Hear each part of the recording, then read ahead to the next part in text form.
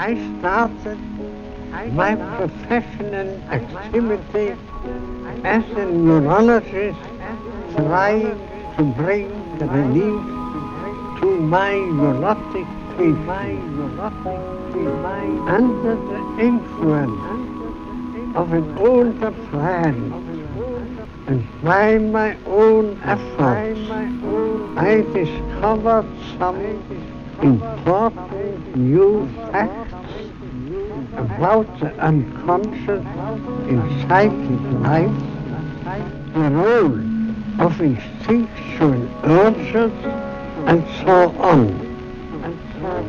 Out of these findings grew a new science, psychoanalysis, a part of psychology, as a new method of treatment of the neuroses.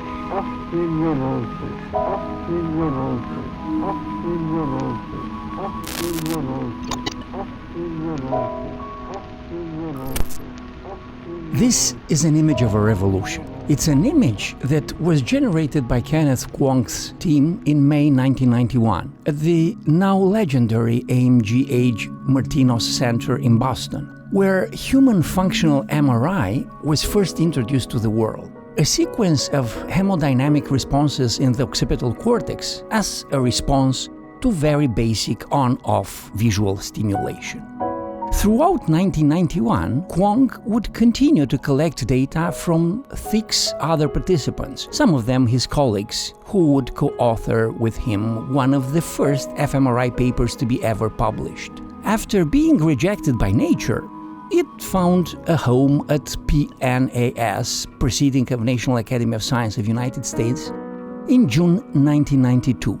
Where it would promptly become a pioneering piece of work in the history of fMRI, and more broadly, cognitive neuroscience and functional imaging in general. The paper is really not about visual stimulation or the occipital cortex's involvement in visual responses, as we had known for decades that the occipital cortex played a crucial role in visual perception. But rather, it's about the method used, which allowed for a, quote, non-invasive, almost real-time mapping of visual cortex activation during visual stimulation, end of quote. It was the first time it had become possible to explore human brain functioning in a non-invasive manner that could provide an unprecedented amount of anatomical detail which neuroscientists had dreamed about for decades.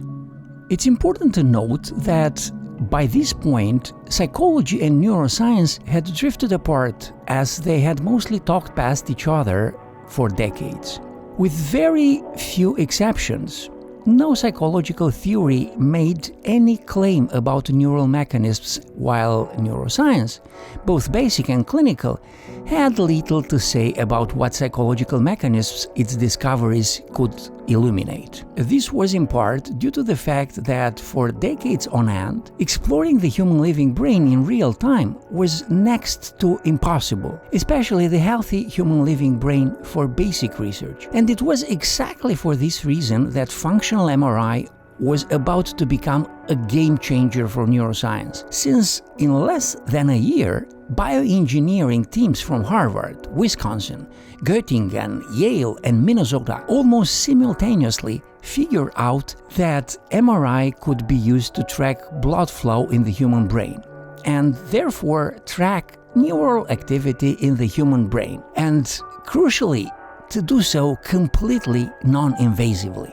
When this batch of pioneering fMRI papers was published in 1992, Freud had been dead for over a half of a century, and psychoanalysis, his brainchild, was not doing great either, having been systematically nudged towards the outskirts of both mainstream psychiatry and psychology, and was said to have been rendered obsolete by the arrival of the DSM-3 cognitive behavioral therapy and, last but not least, functional neuroimaging. In a somewhat ironic twist, considering that psychoanalysis had actually been born precisely out of Freud's frustration of not being able to explore the human living brain in real time at the turn of the 19th century.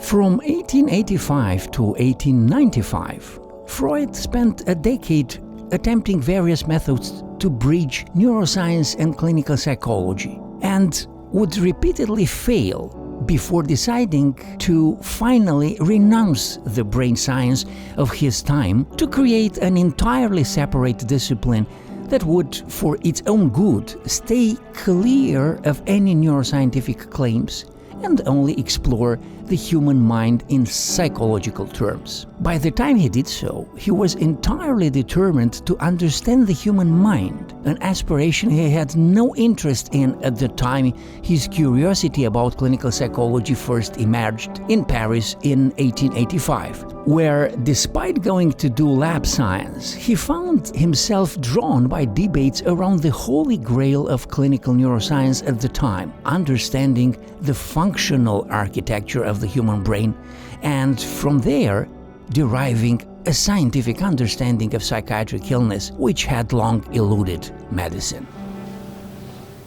No, the young lady is not, as we might think, already hypnotized. But you not see at once, gentlemen, in her physical bearing, that wax and flexibility in her face, that dullness, la belle indifférence, which links the hypnoid and neurotic states? Gentlemen, the lady is in love. 4 years ago, the object of her love parted harshly from her with words of shocking fidelity on the Faubourg Saint-Antoine. For a while, she stood rooted to the spot, and then she walked home. 10 days later, mark the interval. She found that while she could rise from her bed at home without difficulty, a strange impediment had descended on her during the night.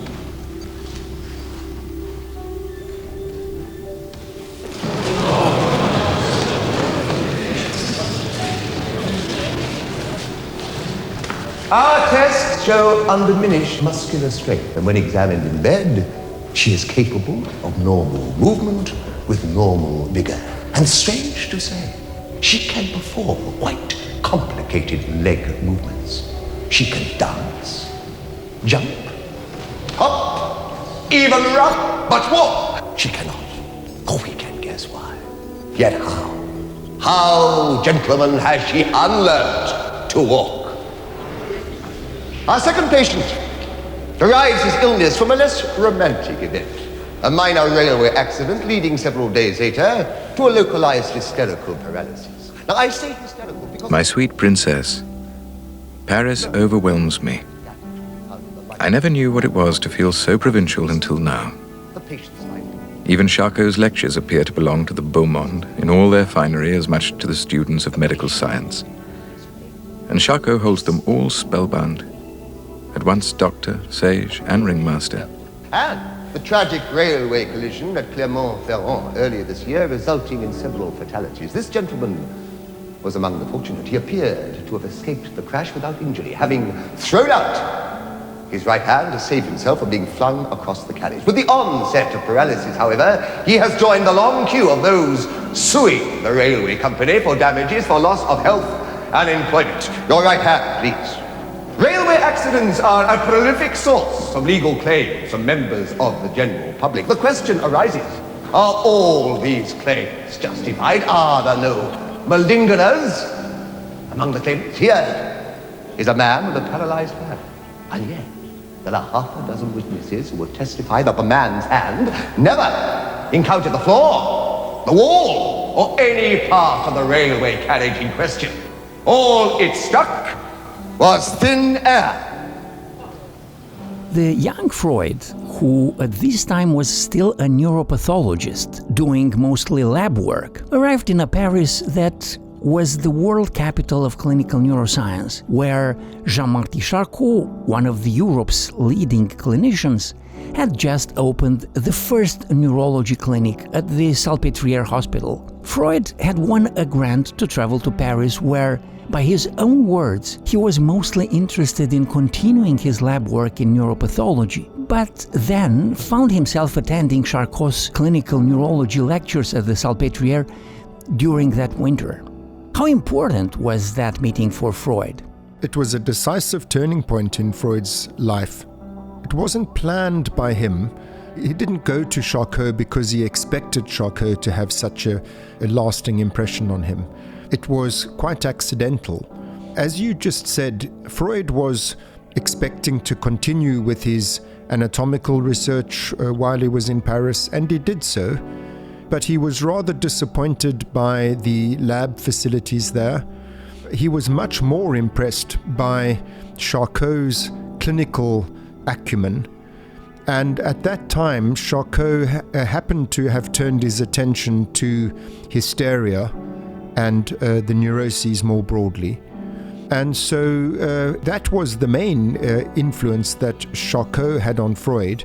Firstly, it made him much more interested in clinical methods as a valid research method. Remember, he was a bench neuroscientist, so clinical work for him was not science. But Charcot thought otherwise. Charcot was one of the pioneers of the clinico-anatomical method, and so I think that he influenced Freud in interesting him much more as a scientist in clinical work. But then there's the additional fact that at that point in his life, which was pretty much the end of his professional life, Charcot's, Charcot had turned his attention to hysteria, which is a disorder in which, by definition, there is no anatomical pathology. So the clinico-anatomical method applied to hysteria is a kind of a oxymoron. You can't apply a clinico-anatomical method to a clinical condition in which there is no pathological anatomy. So this was the other way in which Charcot had a decisive influence on Freud, is that it turned his interest from concrete structural neuropathological conditions to the functional neurological disorders like hysteria, and therefore it turned his attention from neurology to psychology. So altogether, these were massive influences on Freud.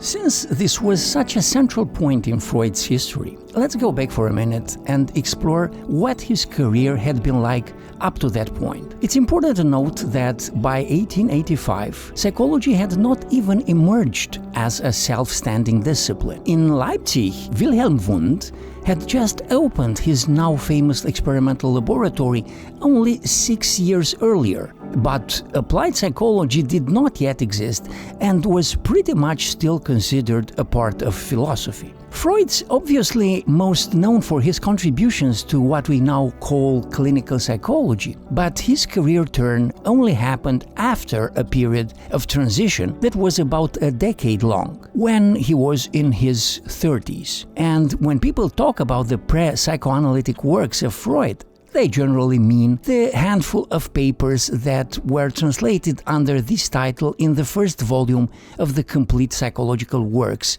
that were put out by James Strachey in the 1950s. What a lot of people don't know is that Freud's pre-psychoanalytic works include well over 100 neuroscientific works, both animal and human, both basic and clinical, as he went from a lab neuroscientist to a clinical neurologist, later a neuropsychologist, and finally making a transition towards psychiatry and clinical psychology. 2 decades ago, in 2002, in a volume that explored Freud's pre-psychoanalytical work, you authored a chapter discussing these neuroscientific works at length and announced you had been working on translating and publishing them in a 4-volume edition, and as far as I know, this was the second attempt to bring these works to light, the previous one having failed in the 1980s, as you discuss in a 1990 book which you published with Michael Salling called A Moment of Transition, in which you discuss Freud's move from neuroscience to psychoanalysis at the turn of the century. What happened in 1985 and then since 2002? And why have these translations not come out yet? Well, first of all, it's a little bit embarrassing that they're still not out. So I hasten to assure you that I still have every intention of publishing them. In fact, there were two parallel projects. There was one, the one you refer to, which was based in Hogarth Press in London. And they had contracted Erwin Stengel, who was a neurologist and psychoanalyst, more of a neurologist than a psychoanalyst, who was the translator of Freud's book on aphasia. They had contracted him to translate Freud's complete neuroscientific works under the title The Pre-Analytic Works of Sigmund Freud. And he was about halfway through that project when he died. Stengel died. Simultaneously in Frankfurt, the S. Fischer Verlag had contracted Paul Fergel, a neurologist and I think psychoanalyst. I'm not sure whether he was a psychoanalyst or not. Certainly he had a deep interest in the history of psychoanalysis. He was working on a collected German edition. He too died. So I had ordered. I read somewhere that Hogarth Press was bringing out this 4-volume edition under Stengel's editorship. I ordered it through my local bookstore, and it never came. I then contacted the publishers to find out why it never came, and they informed me of Stengel's death. And so the next opportunity I had to be in London, I met with the CEO of Hogarth Press, who was those days, I've forgotten, John Charlton was his name. And he kindly gave me access to what Stengel had done. And it was then clear to me that what he had done was pretty rudimentary. I mean, there was a lot of work still to be done. It was far from being comprehensive. He'd overlooked a lot of works and so on. And I then did the same thing in Frankfurt, looking at what Fergel had pulled together, and then started doing the job myself. So it was quite a comical situation where I moved from being somebody who tried to buy a 4-volume series and then ended up becoming the editor responsible for producing the self-same thing. So I was busy doing that. For example, you mentioned a moment, in fact, it's on your screen, A Moment of Transition. That publication came out at the time that I was busying myself with collecting together and translating Freud's complete neuroscientific works. When the publishers, that is the Hogarth Press, the very same publishers as I mentioned a moment ago, who are also or were also the publishers of Freud's complete psychological works, the standard edition, they decided, for complicated reasons, that they wanted to bring out a revised standard edition of the complete psychological works of Sigmund Freud. Because at that stage, due to the neuroscientific edition I was involved with, I was the obvious go-to person to take over the editing of the revised standard edition of Freud's psychological works.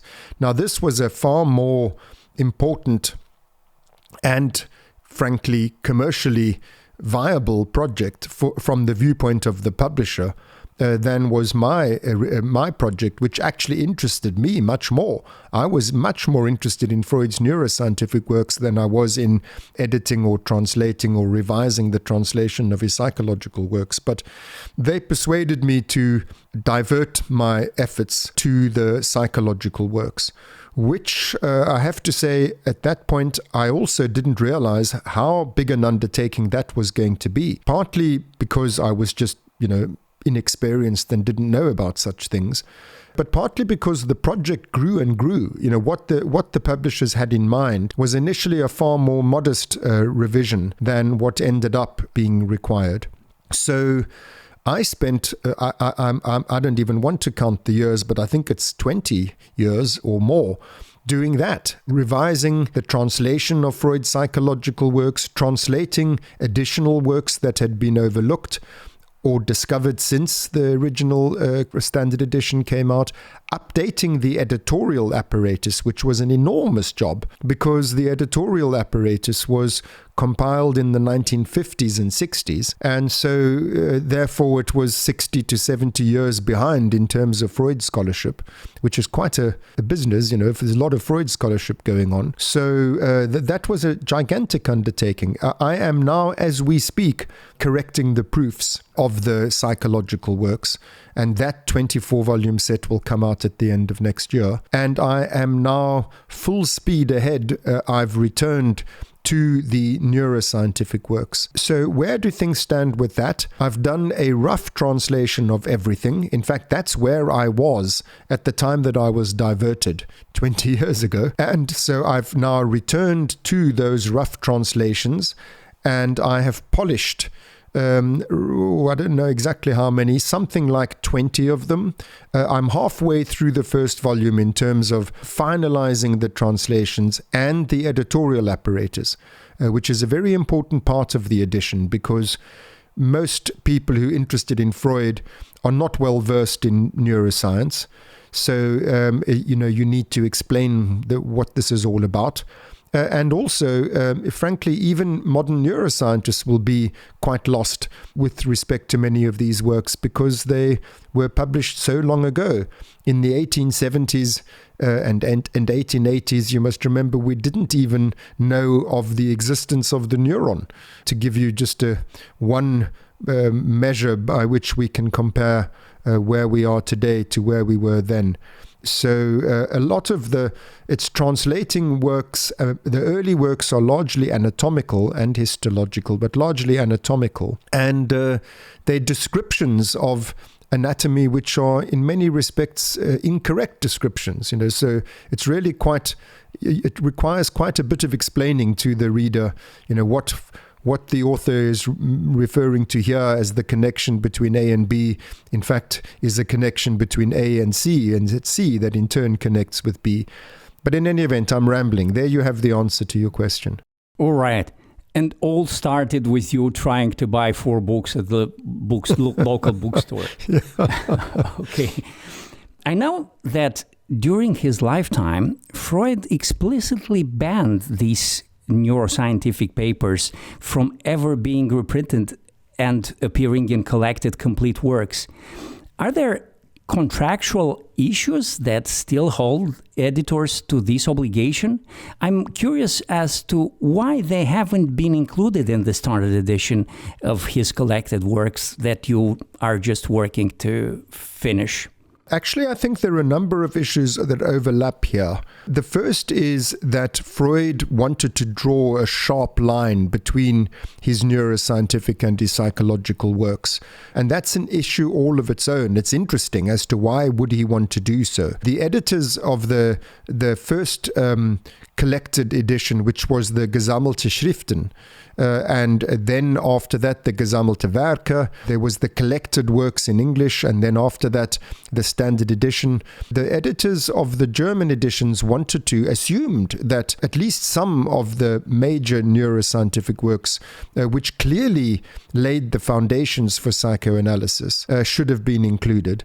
But Freud vetoed that. So Freud did not veto the republication of his neuroscientific works. He vetoed the inclusion of any of them in his complete psychological works. He wanted his psychological works to stand alone, to stand on their own feet. However, when, for example, Rudolf Brunn wrote to him about his amazement at reading Freud's early works and seeing how excellent they were, and conversing with Freud about them, corresponding with Freud about them, Freud did say things like, well, it's hard to believe, as he said to Abraham, I think, it's hard to believe I was the author of those works. But he did also say, at least it will make people aware that I did not pull psychoanalysis out of my hat. That was the phrase he used in his correspondence. So I think that there's a bit of ambivalence there. Freud, on the one hand, is wanting to draw a sharp demarcation between the two periods of his working life. On the other hand, he acknowledges in a statement like that psychoanalysis in some respect, in some way, grew out of that early neuroscientific work. So it was not an outright ban on the republication of them, but rather an objection to the blurring of the boundary between the two. Then you ask about licensing and copyright issues. There are none. The Freud's works are all out of copyright because the EU law, at least as far as the German is concerned, it's out of copyright. So you can reprint anything you like. And in fact, there is a big edition being produced produced at the moment on that in German on that basis. So there have not been any copyright problems. The only copyright problems arise out of the fact that some of what I consider to be neuroscientific works, or at least of interest to neuroscientists, and therefore which should be included in the neuroscientific works, are in fact included in the standard edition. And I'm thinking here principally of the Project for a Scientific Psychology, which is obviously a work of great neuroscientific interest, but also of great psychological interest. And so it was included in the standard edition, again against Freud's will. Freud wanted the thing burnt. And the other paper that I think is of particular interest is his comparative study of hysterical and organic paralyses. So that's of interest to psychoanalysts because it's an early study on hysterical paralyses in which he makes some important theoretical points. But because it concerns the comparison between the two, it's also of interest to neurologists who deal with functional neurological disorders. I see. But how much commercial interest is there for these neuroscientific works? How hard was it to find an editor to put them all out? Well, I am that editor, so it wasn't hard to find him because he lives in my skin. I meant a publisher. Sorry, a publisher. Well, the original idea was that it would be published together by the same publisher as Hogarth Press. Hogarth Press was bought by Chatto and Windus. Chatto and Windus was bought by Random House. And then in very recent times, well, let me just go back a step and point out that the standard edition of Freud's complete psychological works was published by the Hogarth Press together with the Institute of Psychoanalysis in London. So they were co-publishers. And the plan was that they would co-publish the new standard edition and they would co-publish my 4-volume edition. But since then, the Institute has severed its ties with Random House and therefore with its imprint, Hogarth Press. The Institute is now going to publish the psychological works together with an American publisher called Rowman and Littlefield. And it remains to be seen whether Rowman and Littlefield will want to publish the neuroscientific works. If they don't want to publish it, I will find somebody else. But my initial impression is that they are keen to publish it. But I think it will depend somewhat on how well the psychological works does for them. I think that to the extent that there is interest in Freud's neuroscientific works, I think a large part of it will come from people who are interested in Freud as a psychoanalyst. And so I think that readers of the standard edition would overlap a great deal with the readers of this collected edition I'm producing. I think interest among neuroscientists and let alone the general public, I think will not be great. So I don't think it has much commercial promise. But I do think, in fact, increasingly so, as I plow through the long-delayed task of writing the editorial apparatus for these works, I increasingly am persuaded that they are of very great scholarly interest, very great scholarly and scientific and historical interest. So that's, of course, a different thing from commercial interest. So, from 1877, Freud began his neuroscientific career. In an era, you describe him as being mostly interested in the histology of the nerve cell during a time when neurons hadn't yet been discovered. And as Ernst Jones points out, there was a controversy raging on at the time over whether what he calls lower and higher animals were built on the same units, with profound religious and philosophical implications regarding man's place in the animal kingdom. Freud's 1877 paper explored the transformation of nerve cells in the spinal cord of a fish named Brooke Lamprey.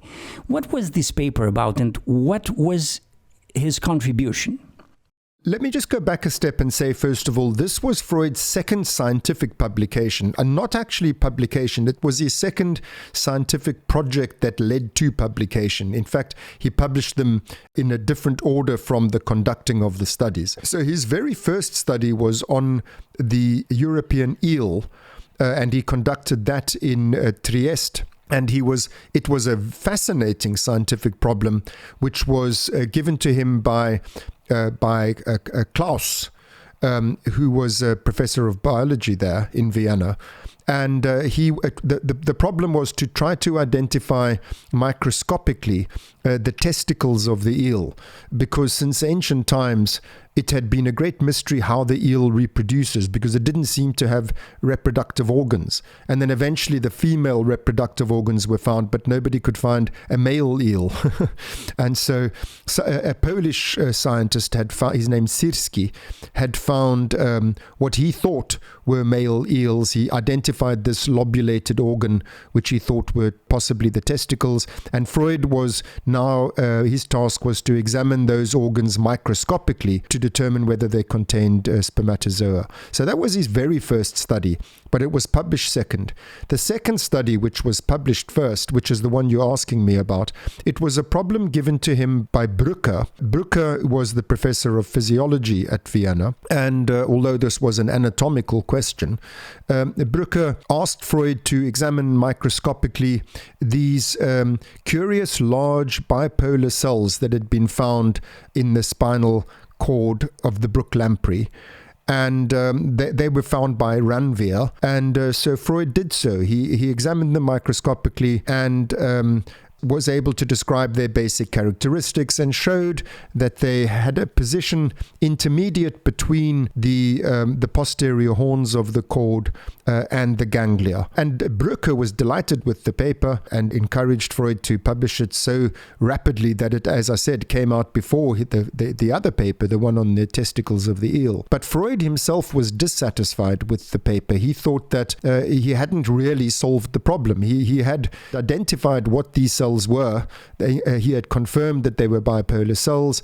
He had shown that they held a position intermediate between the posterior horns of the cord and the spinal ganglia. But he wanted to investigate the whole thing more thoroughly. So he then conducted under his own steam a further study published in the following year, which was much more comprehensive, in which he reviews thoroughly the entire history, the entire literature on the spinal cord and spinal ganglia of the lamprey. In fact, he was investigating both the lamprey and its larval form, which is called ammocuts. And it was a beautiful study in which the special interest is that Freud was able to show that there were all manner of transitions between unipolar and bipolar cells in the posterior cord and including the ganglia, and that the ganglia are in fact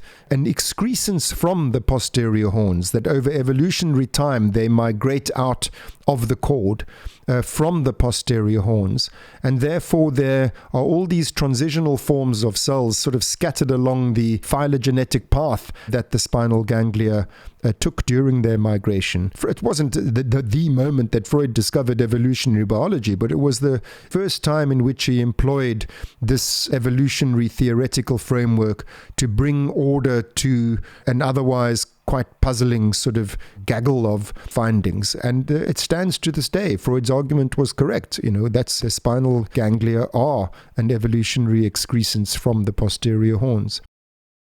One thing to note here is that we are still in the 1870s. That is less than 2 decades since Charles Darwin had published his monumental On the Origin of the Species and introduced the idea that populations evolve over the course of generations through a process of natural selection, which shook Western science, including neuroscience, to its core. By 1877, when Freud published his Brook lamprey paper, evolutionary biology had become somewhat less controversial in mainstream science, but it was still a new theory. It was cutting-edge biology at the time. The other thing is that Freud is still a medical student at this time, and he owes his evolutionary thinking to his professor, whom you mentioned earlier, Karl Klaus, who was a zoologist who had ended up in Vienna and was one of Freud's teachers in medical school and had recruited him for lab work the previous year. By the time Freud published these papers on the morphology of the spinal cord in the Brook lamprey, he had moved to Ernst Brücke's lab And it's remarkable that he is able to think evolutionarily and apply state-of-the-art biology while still being a young medical student. He would continue to put out research papers while he was there. In 1879, he made an important transition as he went from the brook lamprey, which is a vertebrate species of fish. They belong to an ancient order of vertebrates. He moved to the river crayfish, which is an invertebrate species, and he described the transition in a paper he published in 1882, where he mentions that nervous tissue invertebrates created all kinds of problems that you couldn't go around, especially when trying to study them in vivo, which was quite a radical method at the time. And so he turned to invertebrate species. What was this 1882 paper about, and why is it important?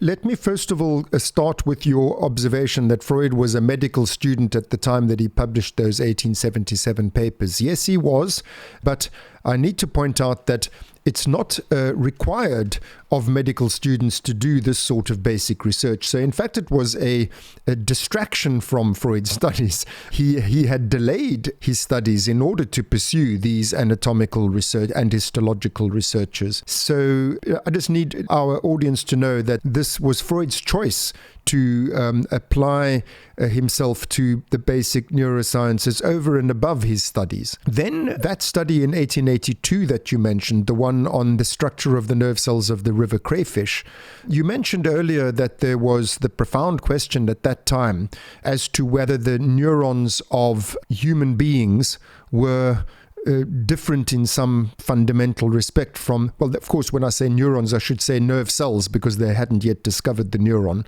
Whether the nerve cell of the human being was fundamentally different from that of other, let's say, vertebrates, let alone invertebrates.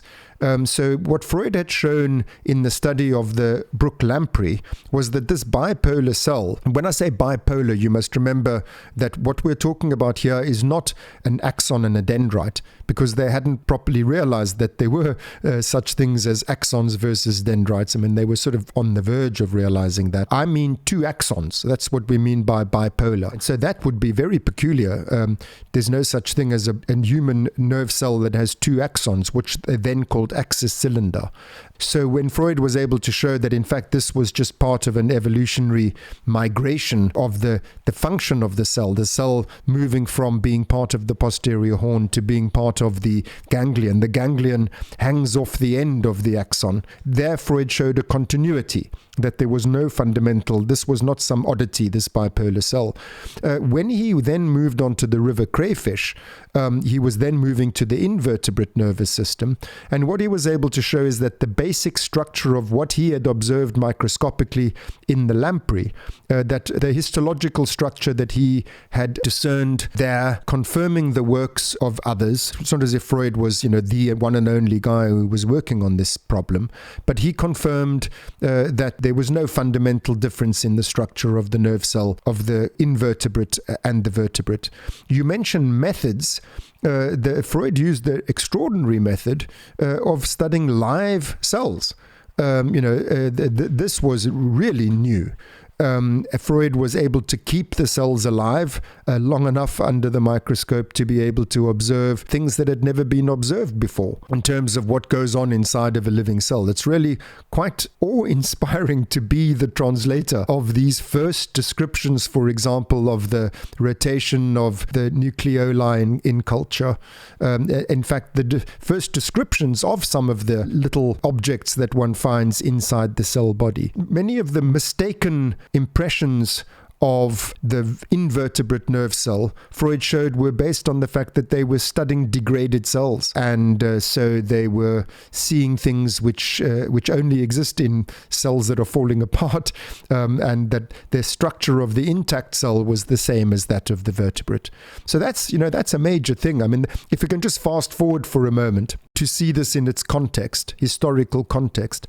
I mean, it's that discovery is what makes it possible for us to have an Eric Kandel, who studies basic intracellular or at least cellular level mechanisms of memory in the aplysia, the sea slug, which turn out to be generally applicable to nervous systems as a whole, including our own.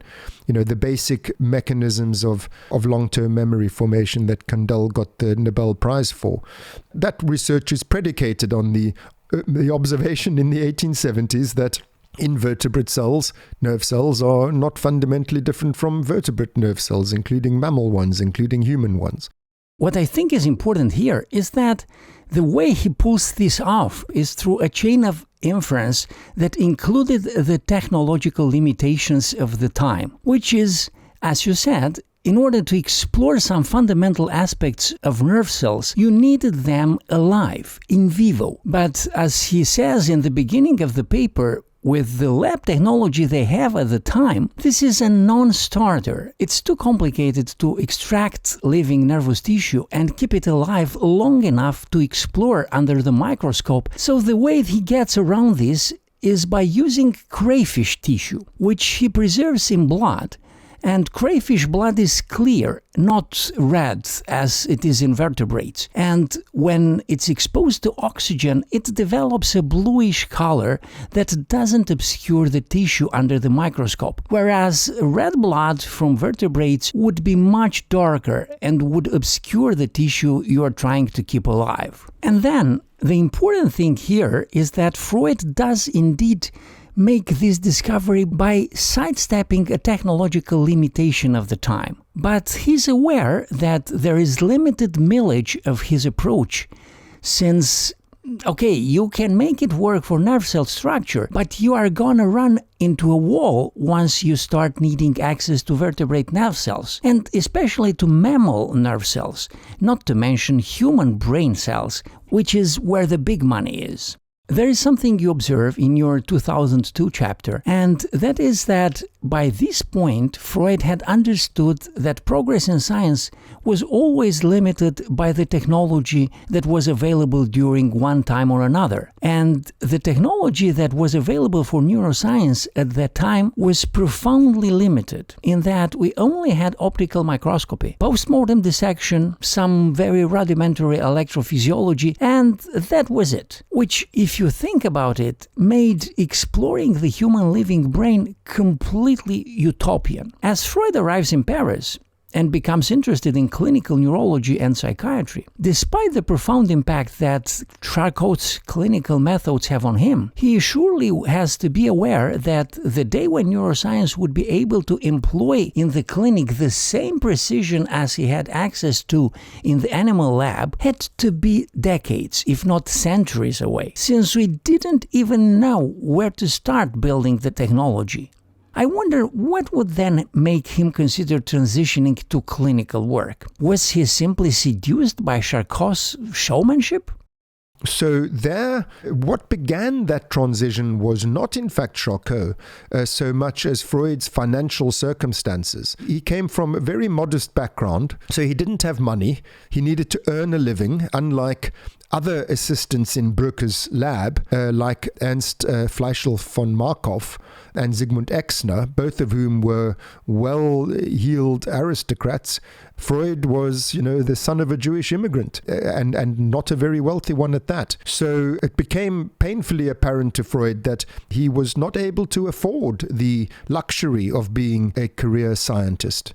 People like Exner and Fleischl, they earned this, well, we academics know we still don't earn much, but, they earned, even by our standards, they earned very little, and it didn't matter because they didn't need money. Freud did. And so he then returned to his proper medical studies. In other words, gave up the luxury of this distraction of doing lab work and started to work in the wards only because he was obliged to.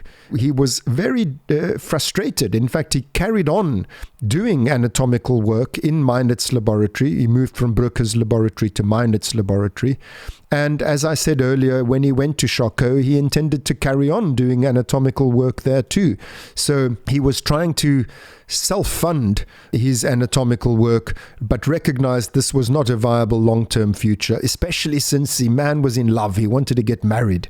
And so in order to get married and start a family, he had to be realistic. So it's lovely to remember that it's not only us mere mortals who have to struggle with all of these facts of life. The greats like Freud and Shakespeare, you can read about Shakespeare's life and see much of what he did had to do with paying the bills. So this is what made Freud start reluctantly doing clinical work. The importance of Charcot was not that he directed Freud's interest to clinical work, but that he made Freud realize clinical work was scientifically interesting, that you can use the clinical method as a scientific instrument. You shouldn't walk. Here. And at least take a fiacre from time to time. Of course, you could afford to if it wasn't for such a cigar. It's your cigar, Joseph. Anyway, I wanted to walk. More published articles. Did you tell Bill Roth it was on your advice that I gave up my research post to train for general practice? And now a job comes free and I find my way forward is blocked because I haven't published anything. What do they expect? We're lucky to find time to eat, let alone study. Internal medicine, surgery, dermatology, ophthalmology. Do you realize I've spent 3 months in the psychiatric wards? I can just tell the difference between manic depression and senile dementia. And I'm onto nervous diseases in a matter of weeks. And everyone knows when you do set up in practice, you won't attract patients unless you've found your field and established a reputation in it. How? I'm not like Weiss. I don't pretend to be a genius. He, poor man, knew where he was going. At least he thought he did before myself. After 3 months under Miner, struggling with dementia, alcoholics, syphilitics. I know one thing for certain. I'm not a doctor. And I'm clumsy. I'm clumsy with patients. I'm clumsy with everyone. The wards fill me with dread. And sometimes I think I'm going mad myself. For God's sake, Joseph, what am I to do? Hurry! Hurry! She's got a job! She's got a job! She's got a job! Some rigidity. The devil! Oh, there's my spit! Ocular gyric problems. Oh, Downward gaze. Look! He's licking Phallalelic my tendencies. spit. Carry on with the hydrotherapy. Oh, it's burning! I'm bleeding! Hurry! Admission report. Yes, confusion. Tics, recurrent shivers, motor restlessness, akathisia. Intermittent torticollis, some improvement after electromassage. Cure improbable, father syphilitic. Observe. The greater the madness, the more mechanical the human being becomes in its tics and tremors. A gear has jammed. A connection failed somewhere in the elusive chemistry of the brain. But where? Come, quick! If we could see better under the microscope, this ward would be empty. Come, quick! Come, quick! Who admitted this one? Shouldn't be here. I did. I admitted her. This one belongs to Schultz, Department 4. You'll see it after the autopsy. Brain tumor as big as your fist. You'll soon learn the signs.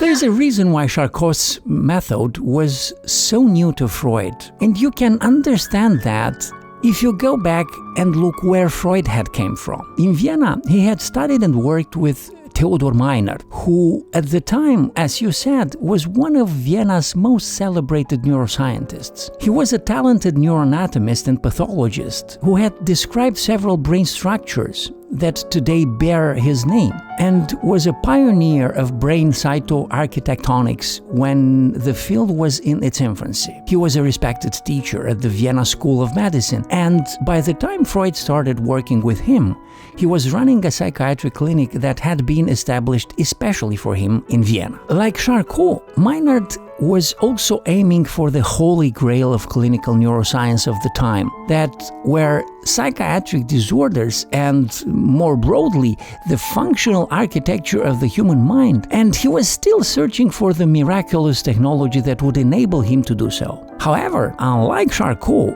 Meinert was not, by any account, a great or charismatic clinician and was not particularly comfortable interacting with psychiatric patients, which would contribute to his lack of interest in clinical investigation. On the other hand, he was a much more talented lab scientist than Charcot had ever been, and he was much more at home in the lab than in the clinic, especially the psychiatric clinic. He was mostly a bench neuroscientist who had tried to run a clinic, as was the case with many German and Austrian psychiatrists at the time. Also, as Miner has much more interested in basic science, he was not as content as Charcot to only do clinical work and create taxonomies based solely on clustering symptoms, as the descriptive psychiatry of Kraepelin that set the foundation for the DSM in the 20th century would later do. He anticipated many of the problems such a taxonomy would bring and wanted to avoid it at all cost, and so used data from neurology and basic neurophysiology to come up with possible neural mechanisms for psychiatric disorders. And he had suggested a hemodynamic imbalance in cerebral blood flow that underlined psychiatric symptomatology. There is a comprehensive review done by Kenneth Levin in the 1970s on the relationship between Miner, Freud and Charcot and their respective ideas on the causal mechanisms of hysteria. Miner had published a review paper in 1889 discussing Charcot's ideas on hysterical paralysis and discusses Charcot's purely clinical approach that avoided pathological anatomy and faults him for ignoring a branch of the carotid artery, which is the choroidal artery, that supplied blood flow to the posterior area of the internal capsule, whose function Miner claimed was lost in hysterical paralysis. Miner was criticizing Charcot for claiming there was no lesion in hysterical paralysis, since he hadn't discussed the choroidal artery. Basically, they had been engaged in a back and forth over brain vascularization. The debate was very much anticipating functional MRI, in that they debated mental function via vascular territories in the brain. But this was, then, the clinical background Freud had when he went to Paris. He had studied with Miner, who had been postulating all kinds of hypotheses about the neural mechanisms of psychiatric disorders that were nevertheless non-explorable with the technology they had at the time, and at the end of the day made no difference in the clinic. Indeed, as Miner says, a gear had jammed somewhere in the elusive chemistry of the brain. To whose agency, then, do we attribute these self-inflicted wounds? To the sudden onset of cerebral tumors, as our esteemed colleagues in Vienna maintain? Here, Professor Meinert believes himself able, I understand, to trace even mania and melancholia to the cortical circulation of the blood. Indeed, where else are we to find the source of this many-watered Nile? In what name are we to save these patients from the surgeon's knife?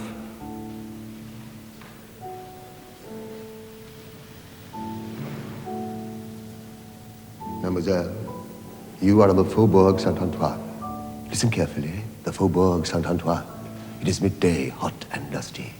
Your lover is walking away. You can see him. You're staring after him, standing, staring, longing with all your might for him to turn, willing for him to turn. Can you see him walking away?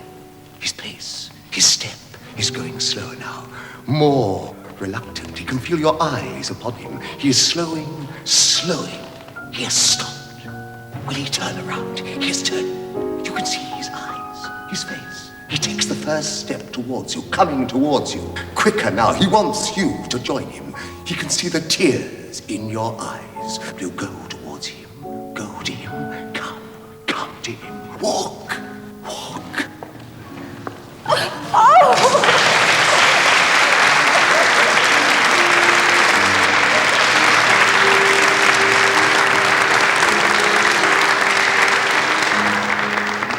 She is now in the arms of her beloved, but only for a short time. Unless we release her, unconsciousness will intervene. This is no cure, gentlemen. It is a passage from one abnormal state into another, even more removed from reality. Now, Miner obviously couldn't hope for fMRI, since at the time they didn't even know about the magnetic properties of the oxygenated blood. And all he could hope for in 19th century's Vienna was some kind of improvement in the optical microscopy they had in their labs. But as Freud had realized by then from working with crayfish blood in order to be able to explore nerve cells in vivo, scientific progress was impossible without technological progress. So, by the time he left Paris in 1886, he had firmly become convinced that clinical investigation was the way forward for psychiatric research at the time, and he had been so impressed with Charcot's work that he would translate and publish the transcripts of his lectures into German before they were even published in French in Paris. There are such cases. But we, the doctors, must learn to walk before we can run. And some of us must sleep, monsieur. When time permits, I shall inspect your debut as a translator. And I trust you will send me the rest from Vienna.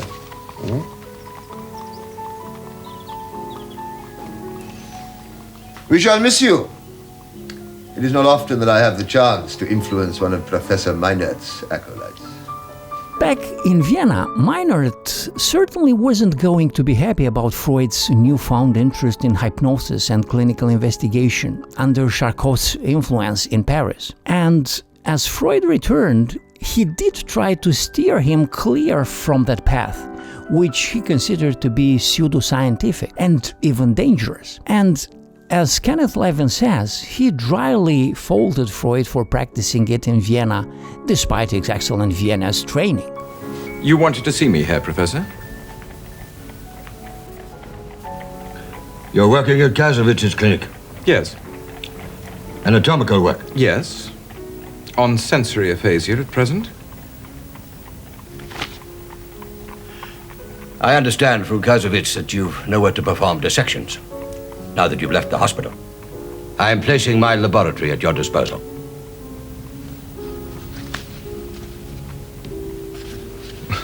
That's most generous of you. Particularly in view of the opinions you hold about my other work in the field of the neuroses. Neuroses? Have you ever had gut? Keep it that way.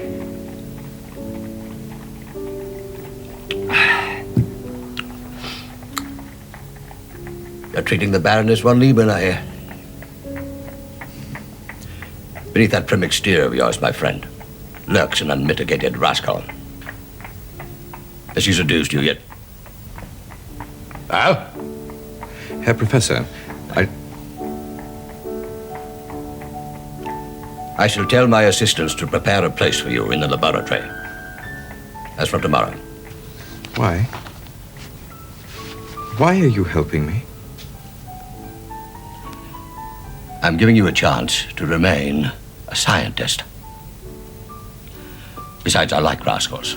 They get things done. So, what we are looking at is a dispute, both for Freud's beliefs, but in the larger sense, for supremacy as one school of thought over another in psychiatry. And if you look at Freud's report that he submitted to the University of Vienna in 1886 upon returning from Paris, you can see this ideological dispute quite clearly. When Freud says Charcot had declared the work of neuroanatomy to be finished, and therefore research in clinical neurology was pretty much done with, and neuroscience had to move towards psychiatric disorders, and more precisely, neuroses. Was Charcot sounding the trumpet of death for neuroscience in psychiatry when he was declaring the work of neuroanatomy to be complete and irrelevant for neuroses? When Charcot says that he thinks that the classification of neurological diseases and the description of the gross anatomy of the brain, that these are completed tasks, and therefore he's now turning his attention to the neuroses. First of all, let us not forget that's hyperbolic, because it's not true. Our understanding, as I told you a little earlier, of the gross anatomy, by gross anatomy, I don't mean just external appearance of the brain. I mean, the connection between the various parts of the various nuclei and ganglia and so on. The connections were, they were not adequately seen, and the neuron had not been discovered. So the microscopic anatomy and his fundamental histology of the nervous system hadn't been discovered. If you don't know, the neuron, just think about it. You wouldn't, for example, know the difference between an upper and a lower motor neuron. So that's what I mean by, the gross anatomy had not been so well described. And there were many neurological diseases. I mean, Charcot was a visionary, and he had an incredible eye, an incredible ability to identify different clinical syndromes and differentiate them from each other. But you only need to think about the advances in the nosology of the dementias in the last 20 years to see how much Charcot and his generation did not know. So it was hyperbolic of Charcot to say that. But nevertheless, he was right to say that they knew nothing about the neuroses. The neuroses had not been adequately classified, so even at the taxonomic level, there was basic work to be done, and their mechanism had not been understood. Herein lies the transition that you're referring to when you say, was Charcot saying that the Viennese school or the Austro-German schools of medicine had reached their nadir? I think he was saying that with special reference to the neuroses, because the German-speaking medical schools, they were, prior to mine, it's under the influence of the Helmholtz School of Medicine altogether. In other words, the Berlin's Physical Society, of which Brücke was a leading member. Their whole agenda was, we need to explain in ordinary, materialistic, physiological and chemical terms how the body works. And so there was a strong mechanistic theoretical bent, and it was strongly materialistic. And the only method that they had, and here's my pivotal point, the only method that they could deploy at that stage was the clinico-anatomical method, in other words, the lesion method. When it came to the neuroses, there's no lesion. So how do you explain the mechanism of neuroses if you can't point to a lesion? And how can you explain it in anatomical and physiological terms if your method for doing so is the lesion method? So Charcot's approach, which was purely descriptive, Charcot's whole attitude was, it doesn't matter if we don't understand the mechanism. If we describe clearly the clinical picture, then we will be able to taxonomize empirically. And this is what he did with, for example, many neurodegenerative diseases Charcot did. He was a great seer, observer of clinical qualitative features that differentiate the one condition from the other.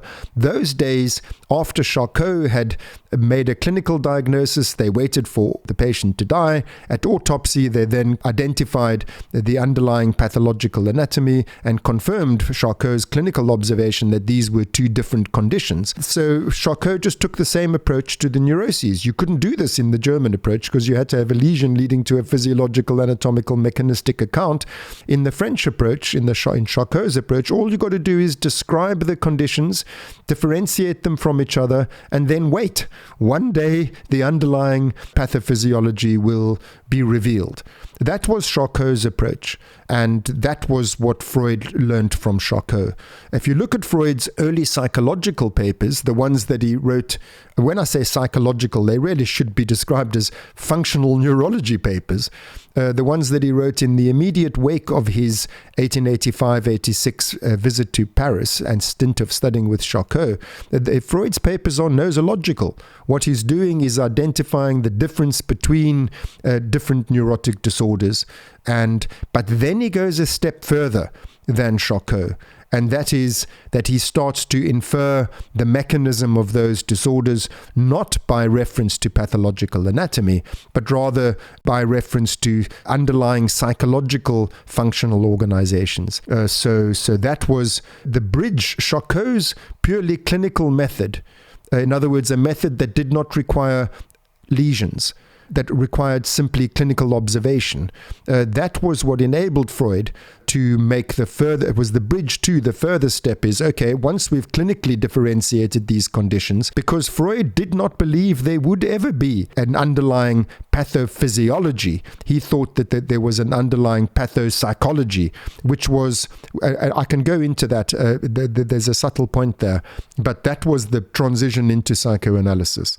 Careful clinical description followed by inferring of the mechanism without the need to use anatomical methods.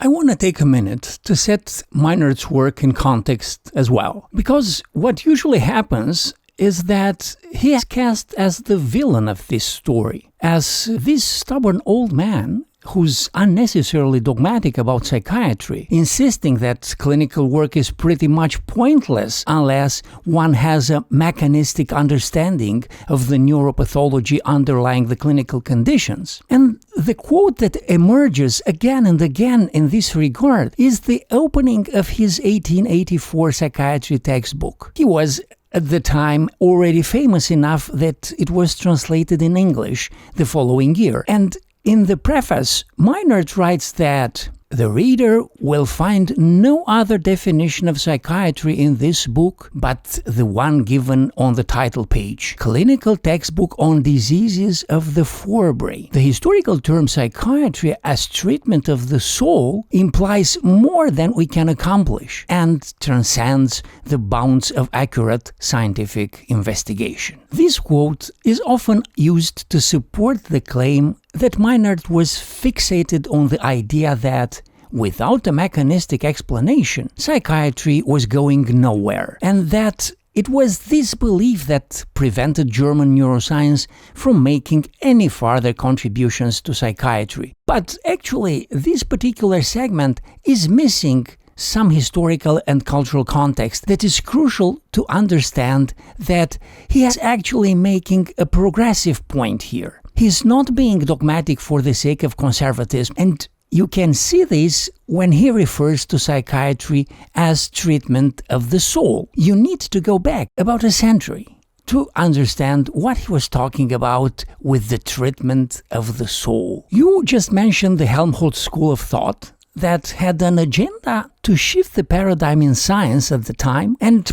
produce biochemical and physiological mechanistic explanations of human biology, which is by excellence a materialistic paradigm, meaning it can be reduced to laws of physics and chemistry. The paradigm shift the Helmholtz school was attempting was one away from a paradigm known as vitalism, which had been a mainstream school of thought in the life sciences for centuries. And this was due to the fact that until the 19th century, physics and chemistry had too many limitations to adequately explain most biological processes. And so an idea had emerged in life sciences, which was that animal and human life could not be explained by laws of physics and chemistry, but instead was driven by some sort of force that was uniquely present in life forms, but was absent in inanimate objects, and this was called a life force. In German, Lebenskraft, literally meaning the life force. The force of life. During the 18th century, vitalism was a dominant paradigm in biology, and there were many strands of vitalism. For many vitalist researchers, the immaterial life force, the vital energy that they figured must exist, was simply one version or another of the immaterial soul, a supernatural entity that would then be a simple catch-all for every biological phenomenon that wasn't otherwise intelligible to science. However, not all researchers endorsed the same variety of vitalism, but rather there were different versions of it that went along a continuum. On one hand, you had researchers such as Georg Ernst Stahl, a German chemist whose Lutheran Christian faith made him suggest the idea of a clearly supernatural vital force that was non-material, that governed all life on Earth, and was never going to be explained by physics or chemistry. On the other hand, researchers such as Javier Bichat, a French anatomist who founded modern histology, who was also a vitalist, vitalist didn't endorse the idea of a vital force that was external and non-material, but rather was a property of living entities that was more similar to Newtonian gravitational attraction, and it could be scientifically studied. But its nature remained unknown and outside the realm of physics and chemistry. It's important to note that both Stahl and Bichat, as well as many other vitalists, were talented researchers who did indeed create revolutionary science and were by no means charlatans or eccentrics during their time. And this is where Johann Christian Ryle comes along. He was a German physician and neuroanatomist who, at the turn of the 18th century, would introduce the term psychiatry to the medical world. Ryle was a talented anatomist and was the first to describe a number of neuroanatomical structures, such as the insular cortex, a brain area that's folded under the temporal, parietal, and frontal lobes, and the arcuate fasciculus, an association fiber tract connecting the frontal and temporal lobes. Now, Ryle was himself a vitalist, and in 1795, he had put forth a version of vitalism that allowed physics, chemistry, and therefore materialism to play a substantial part in understanding physiology and ultimately life, when he said, obviously organic matter belongs as such only to the organic realm and is never encountered in inert nature. However, the prime origins of organic matter lay with certainty completely prepared in the womb of the inorganic realm. What is required is a means to bring them together into a purposive combination, namely a seed or an ovary of an organized being, upon which the inorganic materials can be assembled. So, while he did allow for physics and chemistry to play a part in understanding organic matter, as he figures its origins are in inorganic matter, is still very much aware that the science of his time won't allow him to explain how inorganic matter takes life, and therefore he still makes use of the idea of a vital force, Lebenskraft, that pervades organic matter. A force that, for the time being, was outside of the realm of physics or chemistry. Ryle was not only interested in the brain, but in psychology too. And so, based on his neuroscience research, he formulated a number of ideas about how the human mind might work, and more importantly, how it would become dysfunctional during the course of mental illness. And in 1808, he would publish a seminal article in which he advanced the idea that medicine needed a special branch for dealing with mental illness, which he titled psychiatry, a name which literally meant the healing of the soul, psyche being the Greek word for soul, while iatreia was the word for healing. So the original idea for psychiatry was literally imagined as a vitalist science of the soul, a science of the Lebenskraft, of the life force that made organic matter come alive, which at the time was a very real scientific possibility. Again, this was mainstream biology at the time. This is by no means eccentric esoterism.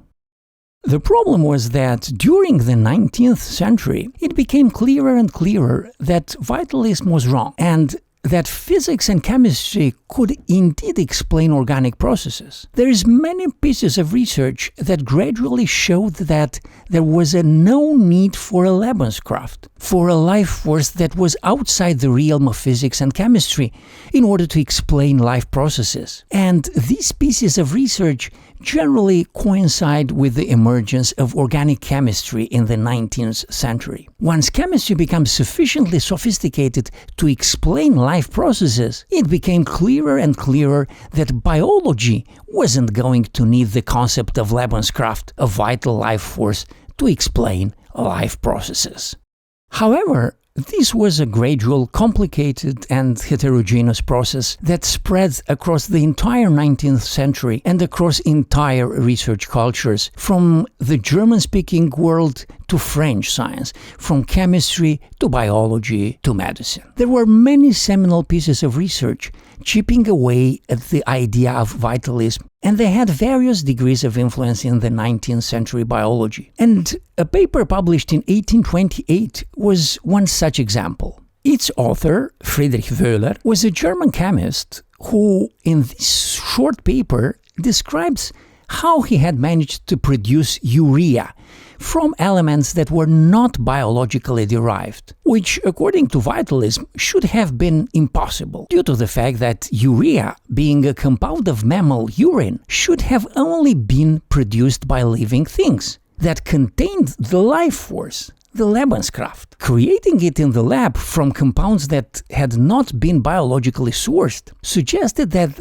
the so-called life force was not necessary for biology. In the 20th century, the Wöhler synthesis began to be hailed as a monumental blow to vitalism and the pioneering work of organic chemistry. But in reality, Wöhler's article wasn't really that famous when it was published, as Wöhler himself was not trying to make a point about vitalism, but was more interested in ammonium cyanide, from which he had started his experiment and only accidentally came across urea, which he reports in the paper. In 1845, Hermann Kolbe, another pioneering organic chemist, converted carbon disulfide to acetic acid, which again should have been impossible by vitalist principles. And through a number of emerging areas of research in organic chemistry, vitalism started to lose ground. Then you have Theodore Schwann, who comes along and extended cell theory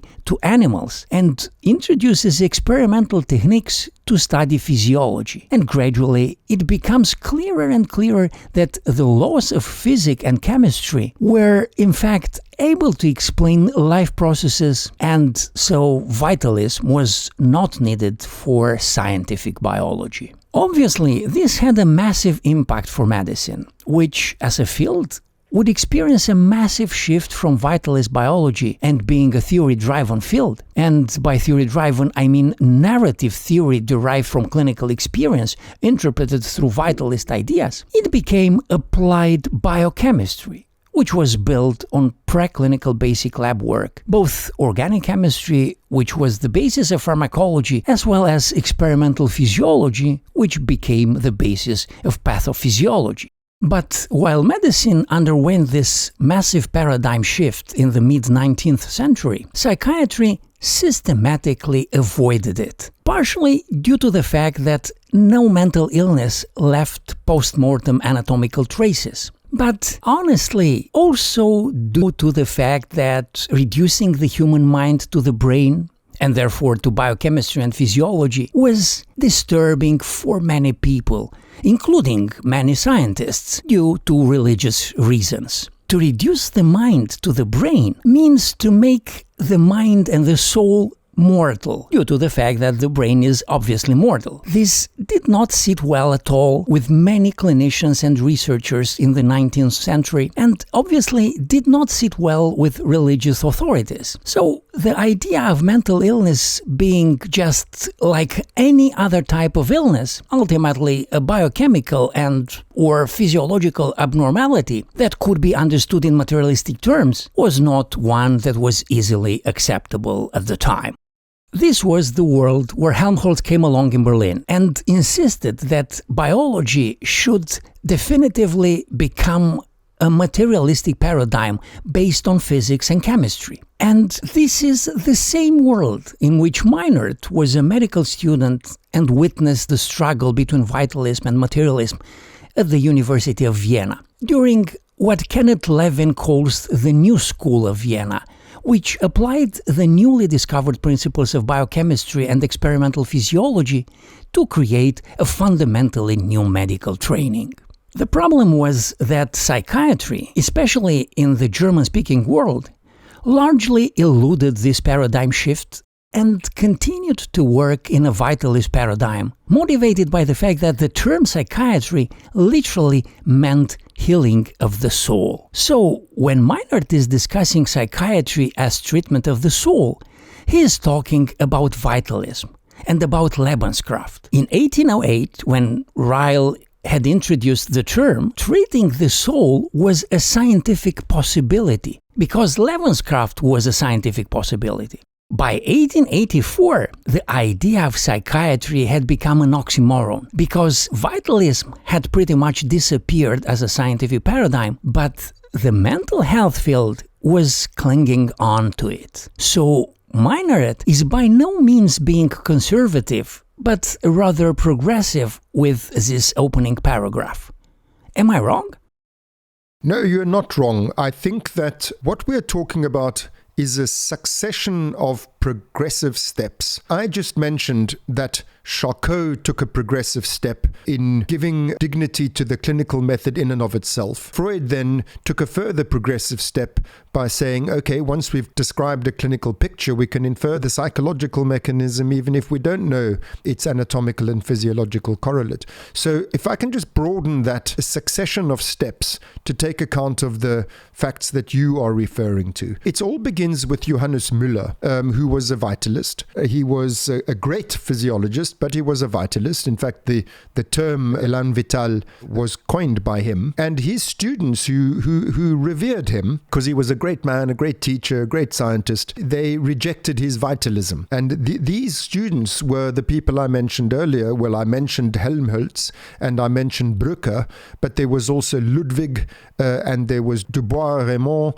These were, towering figures of late 19th century physiology, and they were all pupils of Müller's, and they made it their great mission to show that their teacher was wrong, that there was no special vital force, no special life energy, that living things obeyed the ordinary laws of physics and chemistry. So they wanted to reduce, nothing to do with psychiatry in particular, they wanted to reduce the whole of physiology, the whole of medicine, of biology, of the life sciences, to the natural sciences of physics and chemistry.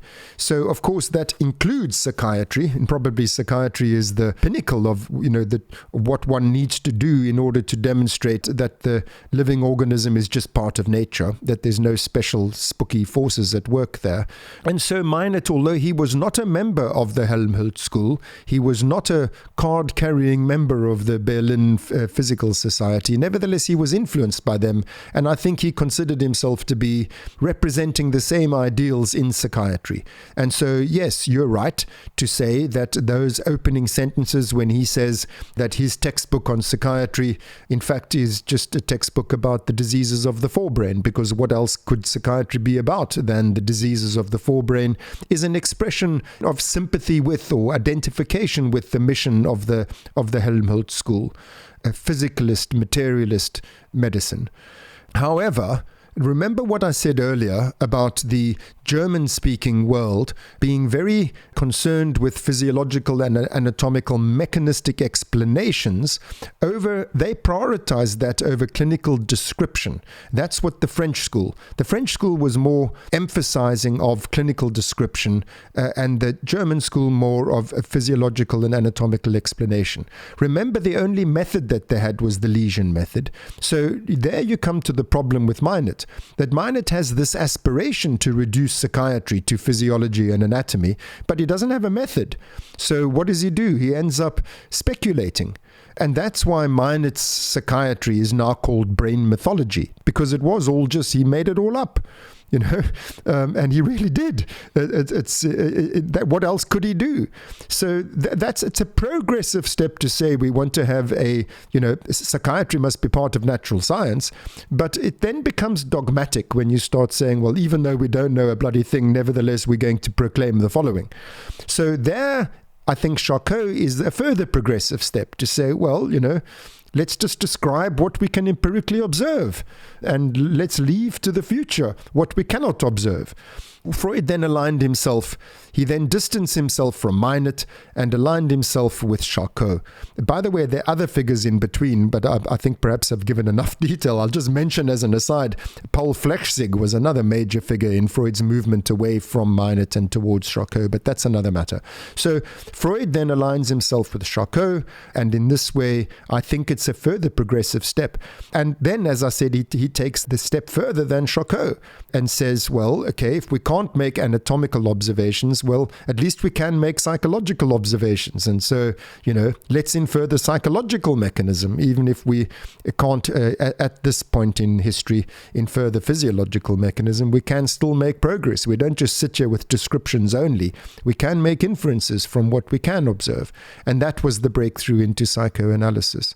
So, I think just to come back to the main point of your question, yes, Miner's project was a progressive one up to a point. Then beyond that point, it becomes a conservative one, and Freud went beyond that point. Now, monsieur, close your eyes. Listen attentively. Raise your right arm. Palm upwards. Slowly extend the fingers.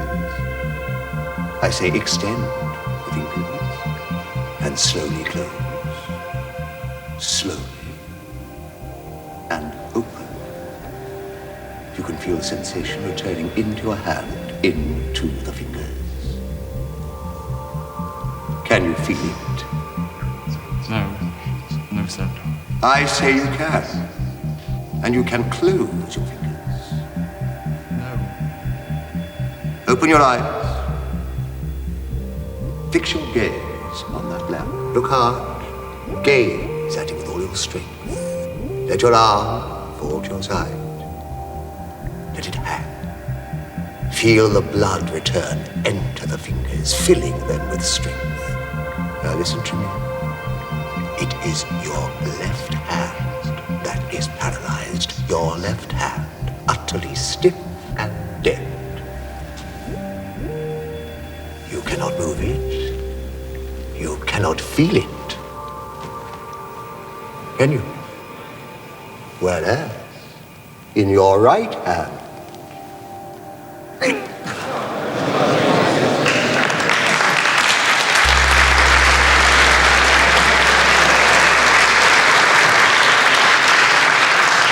sensation has returned. Where are the tumors now?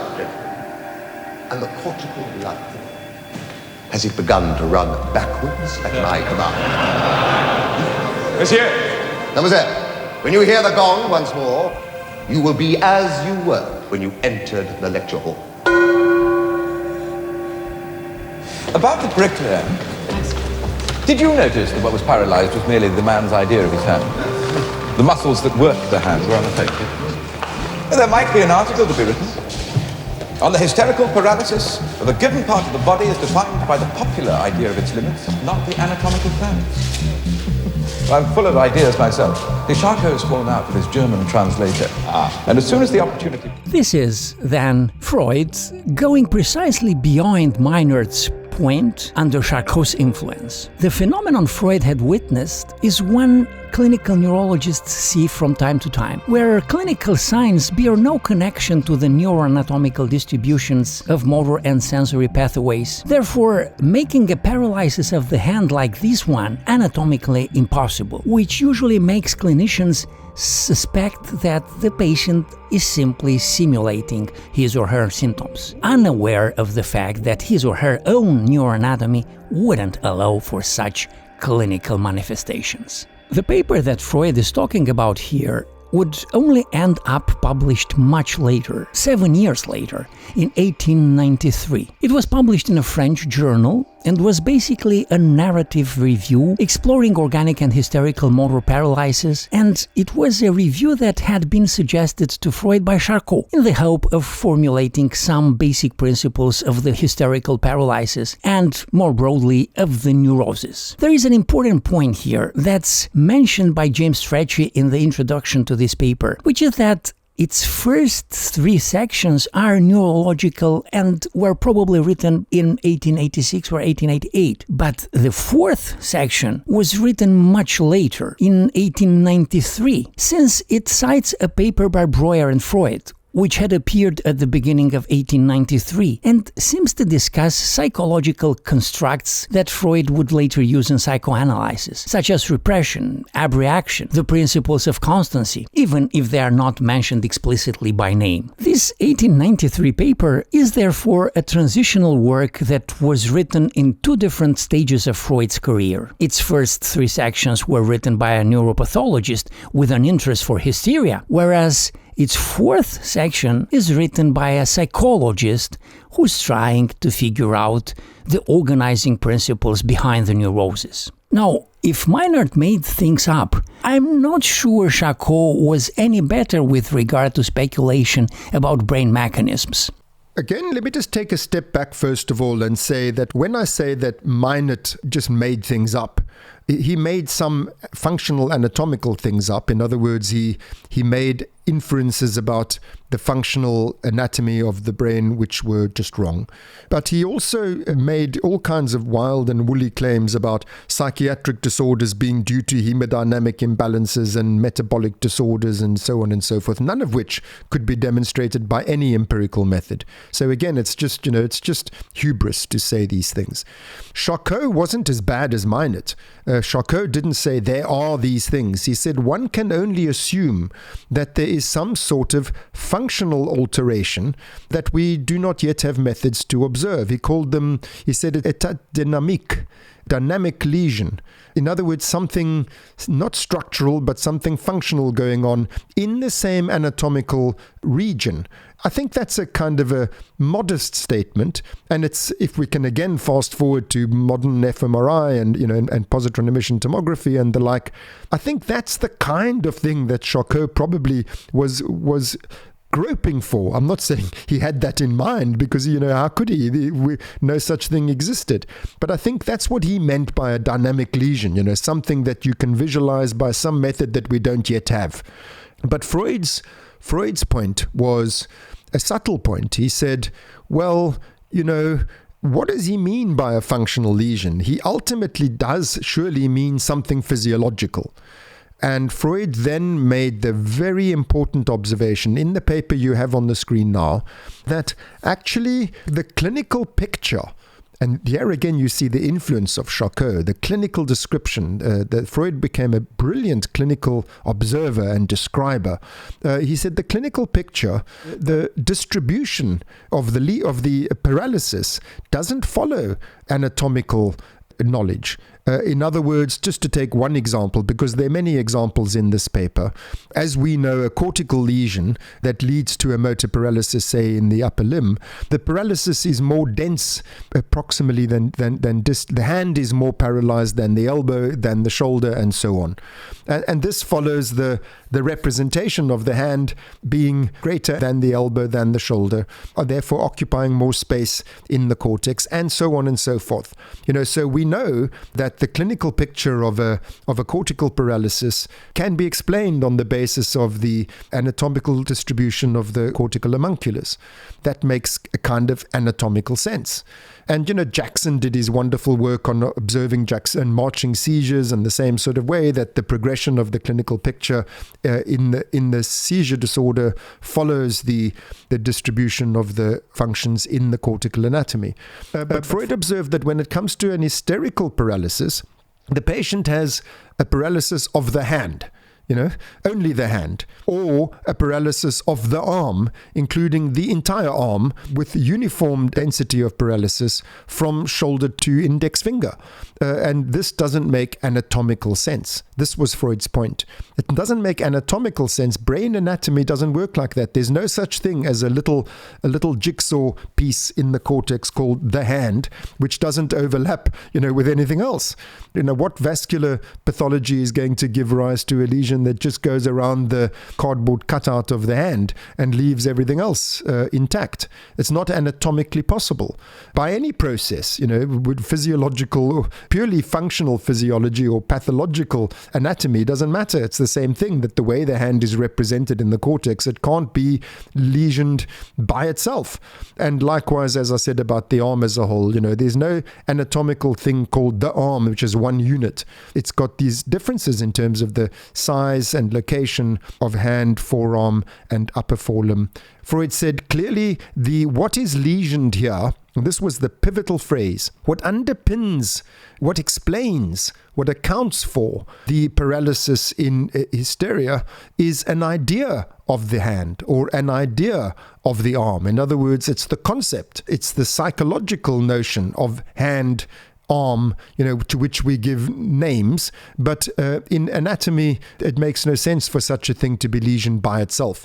It makes sense for the idea to be separated off from other ideas, the idea of hand versus arm.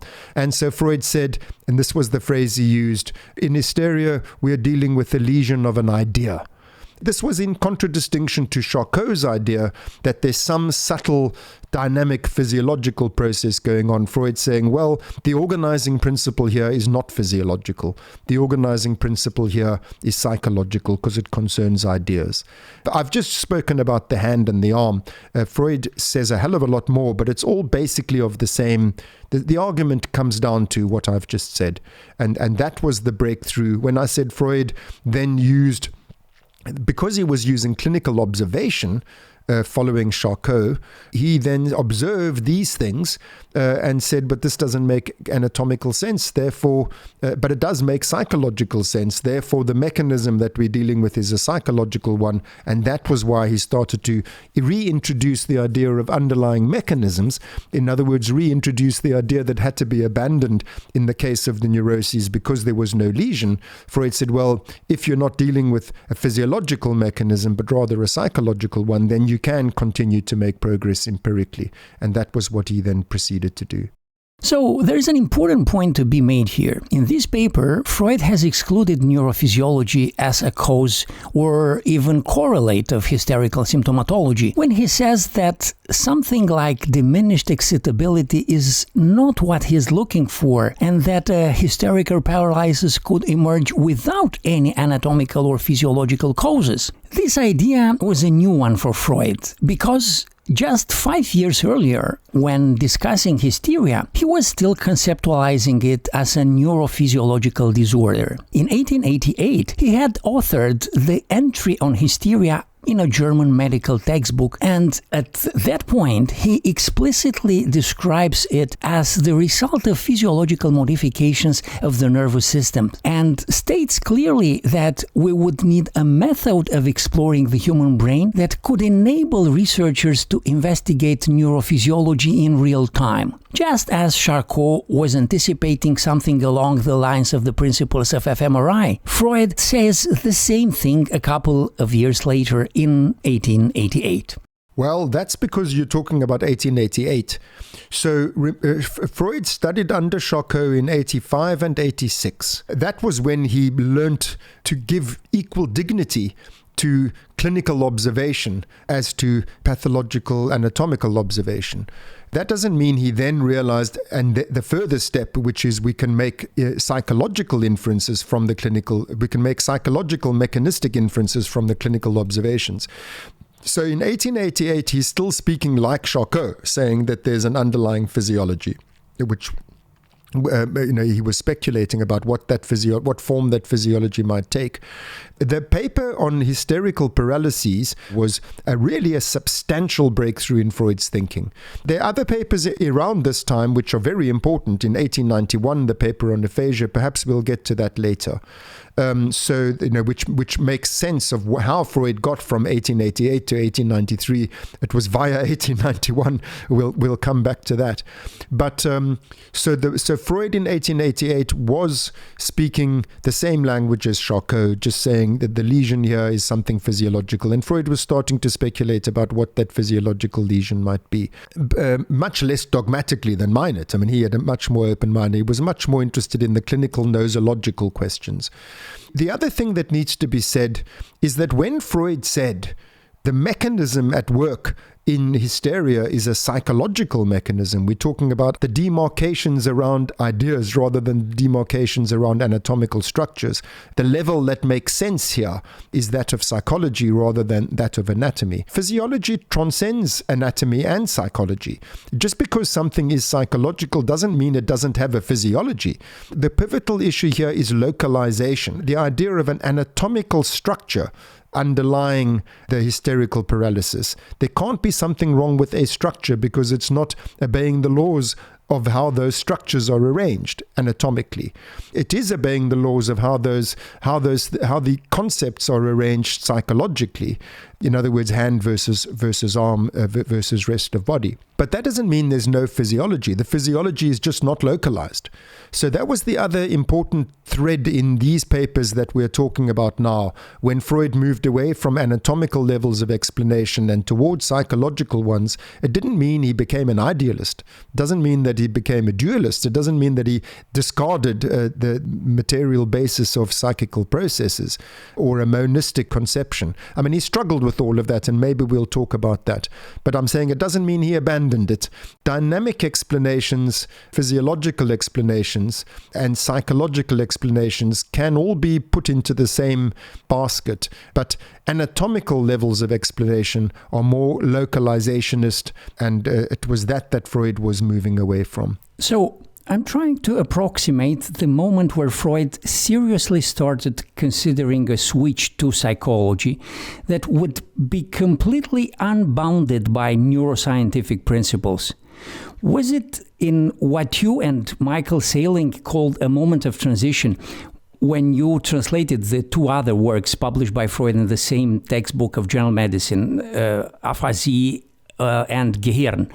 Or was it later when Freud published his 1891 monograph on aphasia you mentioned earlier? I think it's probably a mug's game to try to identify a precise moment in anybody's intellectual development where, where something happened that wasn't there on Monday but was there on Wednesday, and therefore it must have happened on Tuesday. I think that things come into view and then they move out of view, and then they come, and then you realize, sure, the thing I saw last year, actually that was more important than I realized. Let me go back to that. So I think there's something of that's going on, a bit of to and fro, a bit of backwards and forwards. But if I had to put my finger on the moment, if I was obliged to, I would say 1891, the book on aphasia. Yes, that one on the screen now. The ones that you had on the screen previously, the Aphasia from 1888 and the Gehirn from 1888, certainly the ideas in the Aphasia then, which lay the foundations for this book of 1891. I must point out, though, that as far as the Gehirn article is concerned, when I translated that, I didn't know something that I've subsequently been informed about by another historian of science. Her name is Menninger. She showed me convincingly something that I never suspected, which is that the Gehirn article was in fact written by two different people. Freud wrote the first half of it, and somebody named Johannes Gadd wrote the second half of it. I was persuaded that Freud had written it because I found all sorts of evidence, not only me who found it. I mean, there was all sorts of evidence that he had contributed. He said, I wrote the article on anatomy and, brain anatomy and so on. So I thought, well, there you have it. He says, I wrote that article, but I didn't realize that he was referring only to the first half on anatomy. The second half on physiology was written by Gadd. So I just wanted to get that on the record, that some of what I said in my book with Michael Sailing about the second half of the Gehirn article's significance is wrong. Now it comes to this book, the aphasia book. I don't know what you want to ask me about this, but all I've said so far is, yes, I think that if you want to pin down any one pivotal moment of transition, it's this one. Why is this work so fundamental to Freud's later career? It's important to mention that in German, the book is subtitled Eine kritische Studie, a critical study, a subtitle which is dropped in the English translation. So why is this work so fundamental to Freud's later career? Yeah, when we speak about the translation, the translation of the title, the main title that Stengel gave was On Aphasia. And as you can see on the screen, on aphasia requires 2 words, but in the German there's 1, 2, 3, 4 words. And so, what are the missing words? I've translated it on the right of the screen, conceptualizing the aphasias. It really was a conceptual study. It was a study about how do we think about the aphasias? How do we understand the aphasias? And the Eine kritische Studie is a critical study. The subtitle refers to the fact that this way of conceptualizing the aphasias is a critique of the conventional way. The conventional way, I have to emphasize, was rooted in the ideas of Miner. So remember earlier I was saying that Miner was progressive in the sense that he had that he recognized that the mind, no less than the rest of biology, has to be rooted ultimately in ordinary natural scientific forces. Nevertheless, he then made up all sorts of natural scientific forces that he couldn't observe, and then dogmatically asserted that these were the ones that explain how the mind works. So Freud rejected those ideas, those dogmatic ideas which had been passed down from Miner to Wernicke. Wernicke was a student of Miner's, and Lichtheim was a student of Wernicke's. And Wernicke and Lichtheim were the ones who came up with the standard scheme whereby we understood the affair. There it is. That's called Lichtheim's house on the left because it looks like a little house. And the one on the right is even more wildly speculative. It includes reading and writing disorders. I was speaking about how the German-speaking medical world, neurological world in particular, prioritized physiological and anatomical explanation over clinical description, which is what the French school prioritized. Here's an extreme case in point. Broca had observed what we now know as Broca's aphasia, which is the lesion for which is marked as an M on this diagram, M for motor. Wernicke had observed what we now call Wernicke's aphasia, the lesion for which is marked as the letter A on this diagram. And the letter B, nobody had ever observed anything of the kind, but there you are, Lichtheim puts it into his house. The B stands for Begriffen, for concepts. So there's a center for motor language images, there's a center for auditory language images, and then there's a center for the concepts, the abstraction from the concrete images. There's no center for Begriffen in the brain, no center for concepts, but that didn't stop Lichtheim from putting one on his diagram. And then all those dashes with numbers on them are the aphasias. So number 1 is lesion through Broca's area, you get Broca's aphasia. Number 2 is lesion through Wernicke's area, you get Wernicke's aphasia. And number 4 is a transcortical motor aphasia. Number 6 is a transcortical sensory aphasia. And number 3 is conduction aphasia. Conduction aphasia is what happens if you disconnect Wernicke's area from Broca's area. Nothing of the kind had ever been described. So Lichtheim just invents a condition called conduction aphasia that's never been seen clinically and says it must exist, because my diagram says so. I'm slightly parodying it. I'm exaggerating it slightly in order to make the point. The point is that's how the German school worked. When I say they prioritized theory, physiological and anatomical mechanistic accounts over clinical observation, it went this far, that they invent centers like the Center for Begriffen that doesn't exist. They invent conditions like conduction aphasia, which had never yet been described. And so it is this, when I say that Freud's was a critical study, it's this approach that he was criticizing. He was criticizing the Wernicke-Lichtheim scheme of the aphasias, behind which lay Miner's whole, that's a long story which I would be glad to go into if you have the interest and the time, but this scheme is based directly on Miner's brain mythology, which in turn is derived from British empiricist philosophy. Miner just reads British empiricist philosophy, says, okay, well, this must be how the brain works, and then plonks, Locke's and Hume's ideas onto the brain.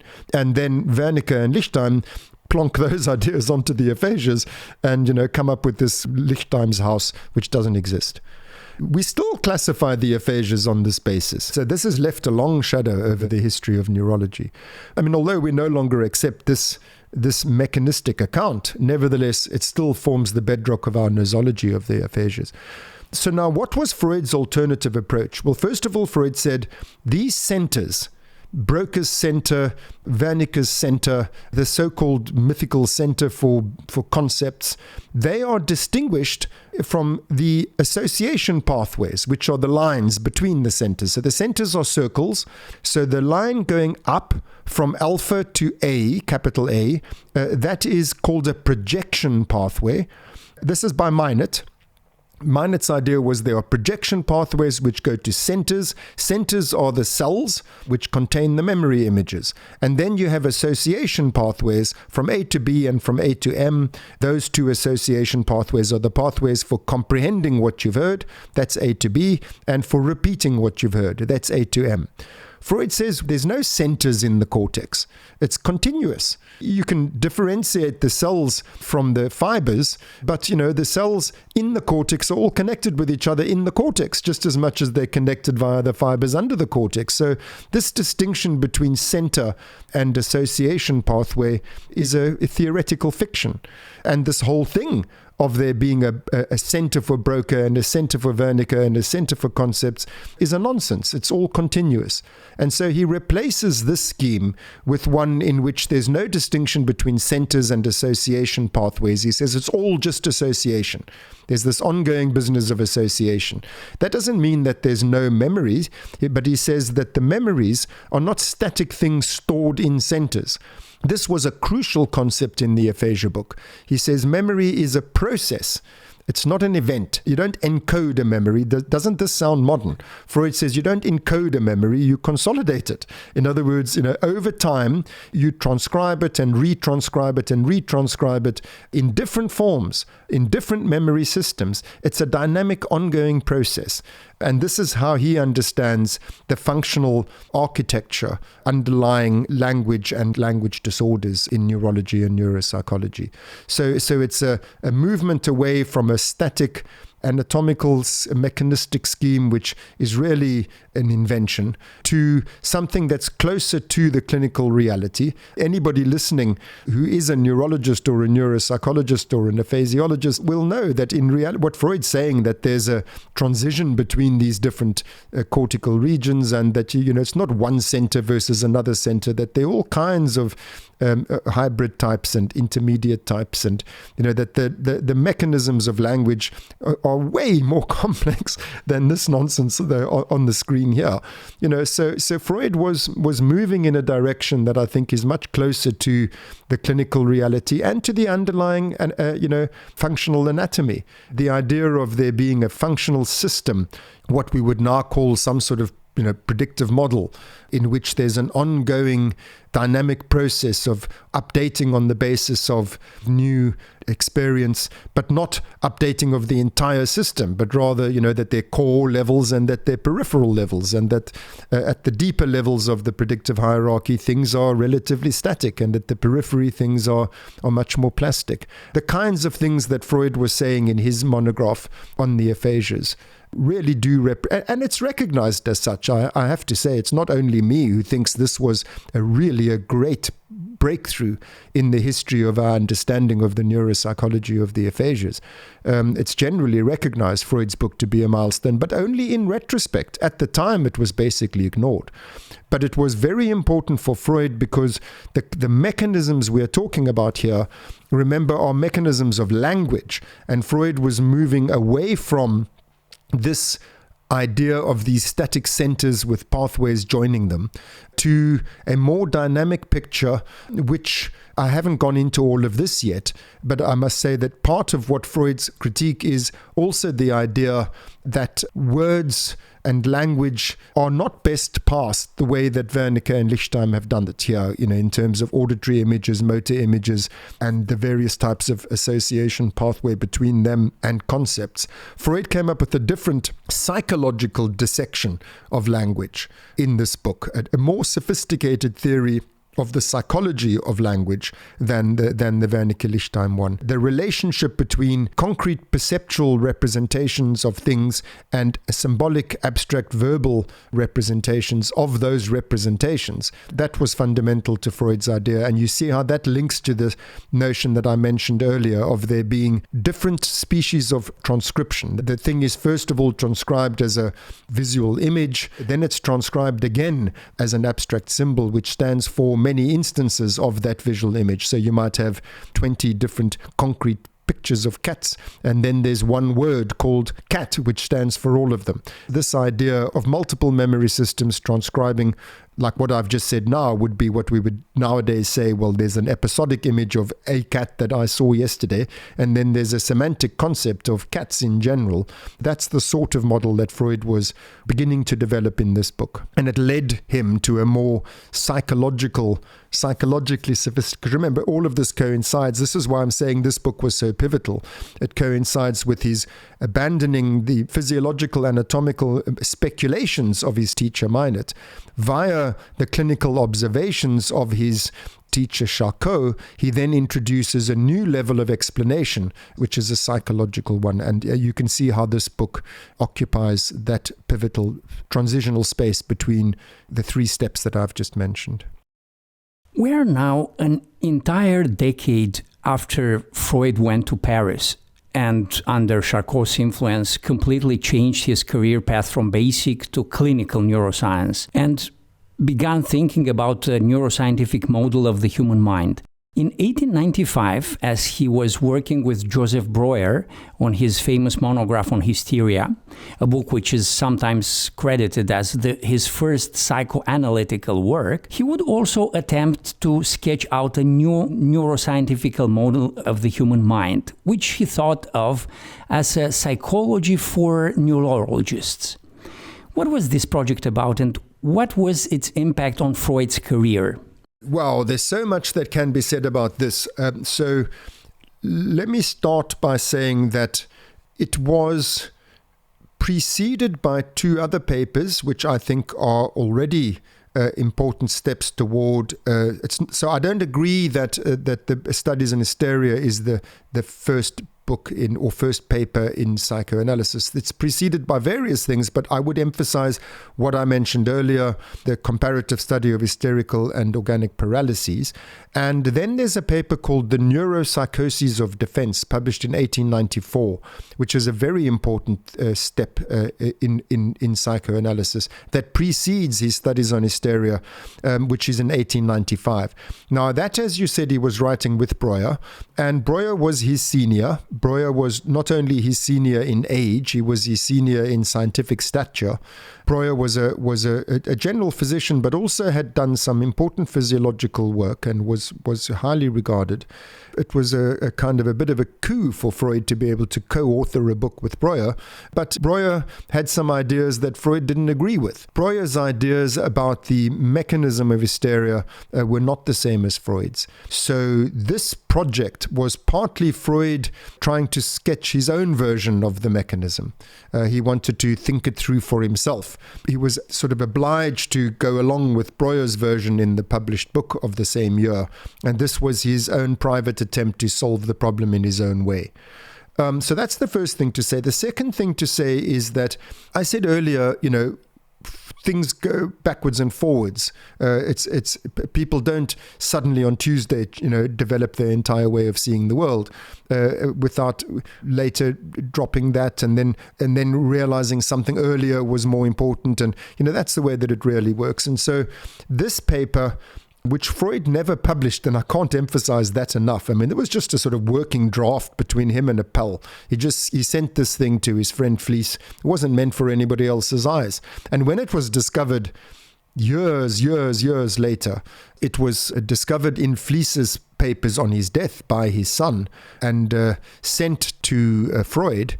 Freud instructed his housekeeper, Paula Fichtel, to burn it.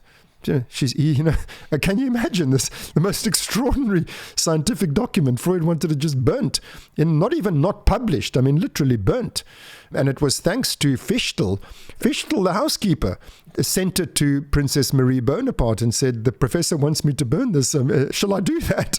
And Bonaparte said, oh my God, never. And that she was then instrumental in getting it published in 1950 in German and 53 in English. So I'm saying that, in order just to make the point that this was not a paper by Freud for public consumption. It was his own thinking things through privately. There's a little bit of a step backwards in the sense that he's once again trying to conceptualize the neuroses in general, hysteria in particular, and other things, other psychological phenomena like dreams. He's trying to explain it all in physiological and anatomical terms. In that sense, it's a step backwards. In other words, it's not purely psychological. But remember, I told you that he didn't see psychology and physiology as incompatible with each other. And although he uses anatomical concepts in this paper, they are very, very broad brushstroke anatomical concepts used in an entirely a dynamic way. So this is certainly, there's no localizationism in this paper. He speaks about systems, which are the precursors of his topographical systems in his metapsychology. In other words, neurons which perform certain functions doesn't mean they all have to be located in the same place. It's really not a localizationist, but rather a very dynamic conception of the functional anatomy, and more specifically the physiology, of the kinds of mental processes that account for what we observe clinically in the neuroses. That's what he was trying to do here. But the crucial next thing to say is that he then came face to face with the same problem that Miner did, namely that the only way you can describe the physiological and anatomical dynamics of the neuroses or of anything in psychiatry in the 1890s is to make it up. So Freud eventually said to his friend Fliess, I can't fathom why I wrote this thing. He called it an aberration. He says, I cannot imagine how I came to inflict it on you. And he says there, the crucial statement he says is, the method that I used was imaginings, transpositions, and guesses. Okay, so it's at that point, 1896, in fact, that he wrote these words that I've just quoted you, that he finally abandons the idea that we can have a physiological level of explanation for psychological processes. It doesn't mean that it doesn't exist. It means that the only way we can know what it is in the 1890s is to guess at what it is.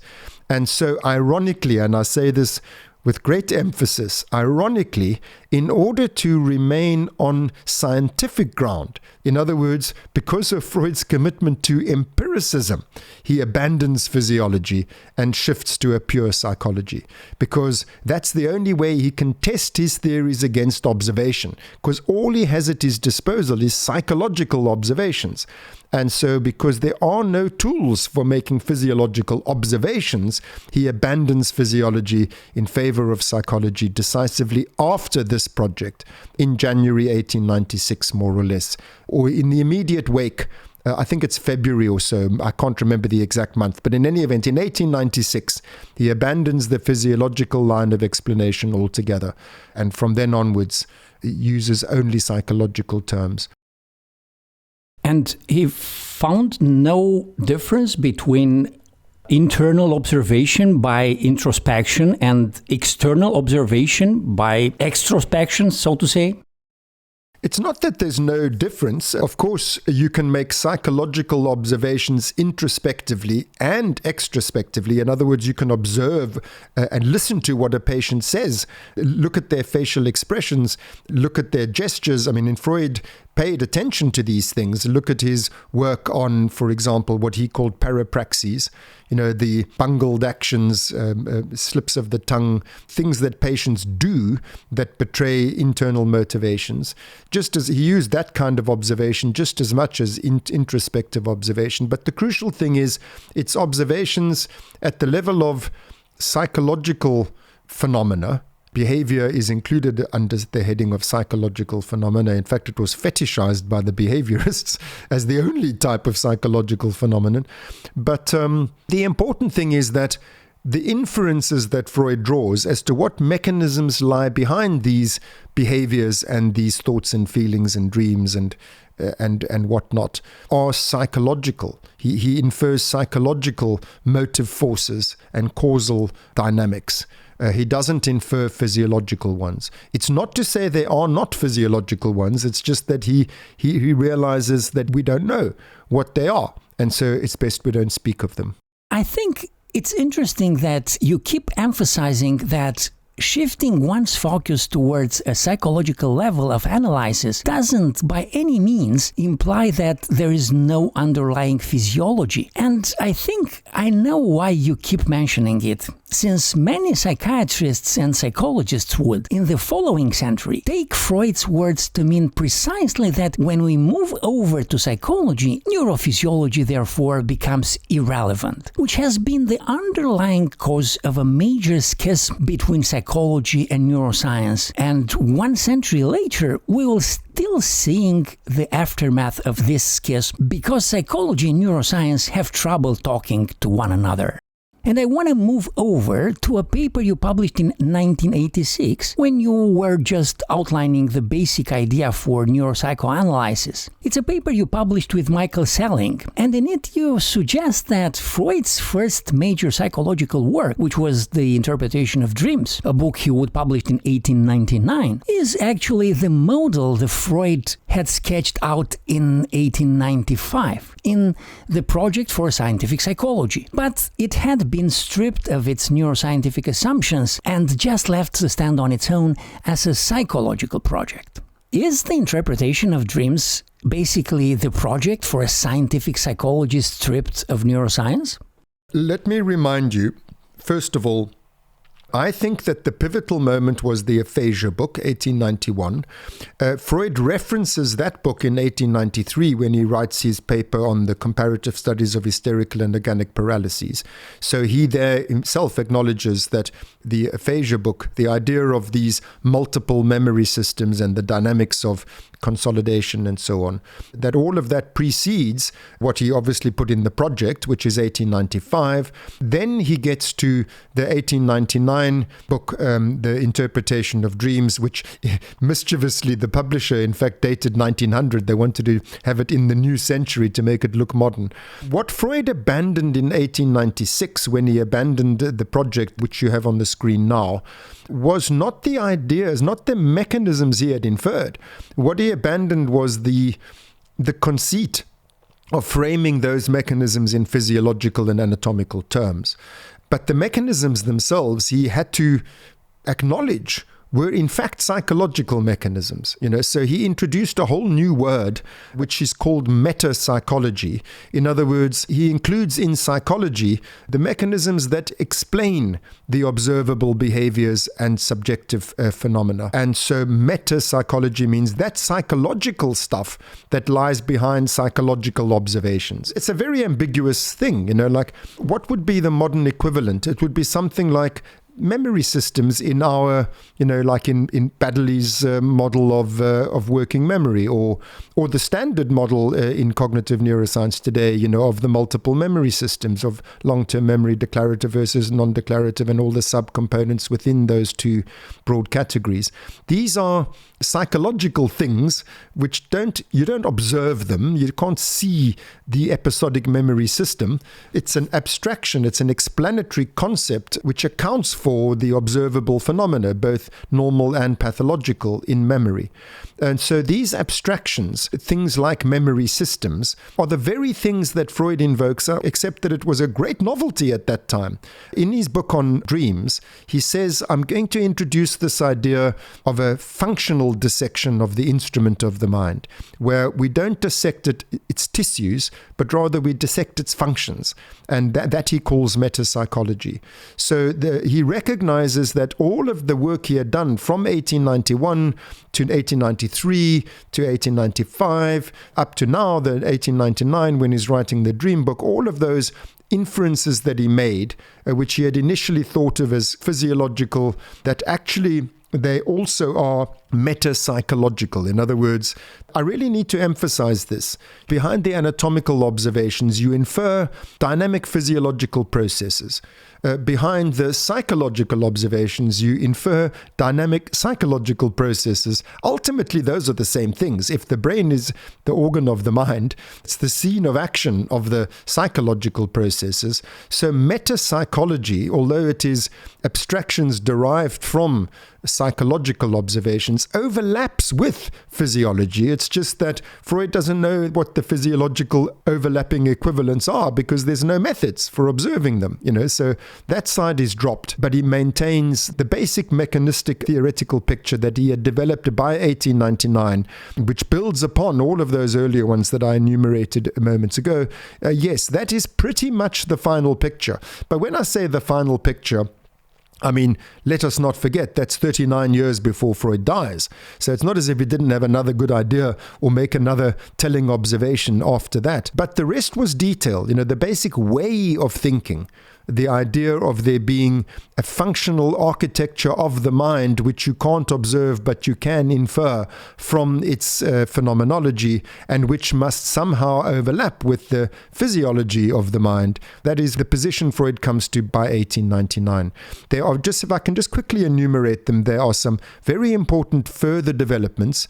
In 1911, Freud published a paper called Two Principles on the what's it? Oh my God, I've forgotten. Two Principles of Mental Functioning. Formulations on the Two Principles of Mental Functioning. That's it. In 1911. Then in 1920, he publishes a book called Beyond the Pleasure Principle. In 1923, he publishes a book called The Ego and the Id. And then lastly, just before he dies, he pens a long paper called An Outline of Psychoanalysis. In each of those, there are further developments of the basic theory, but the basic foundations are laid in the interpretation of dreams.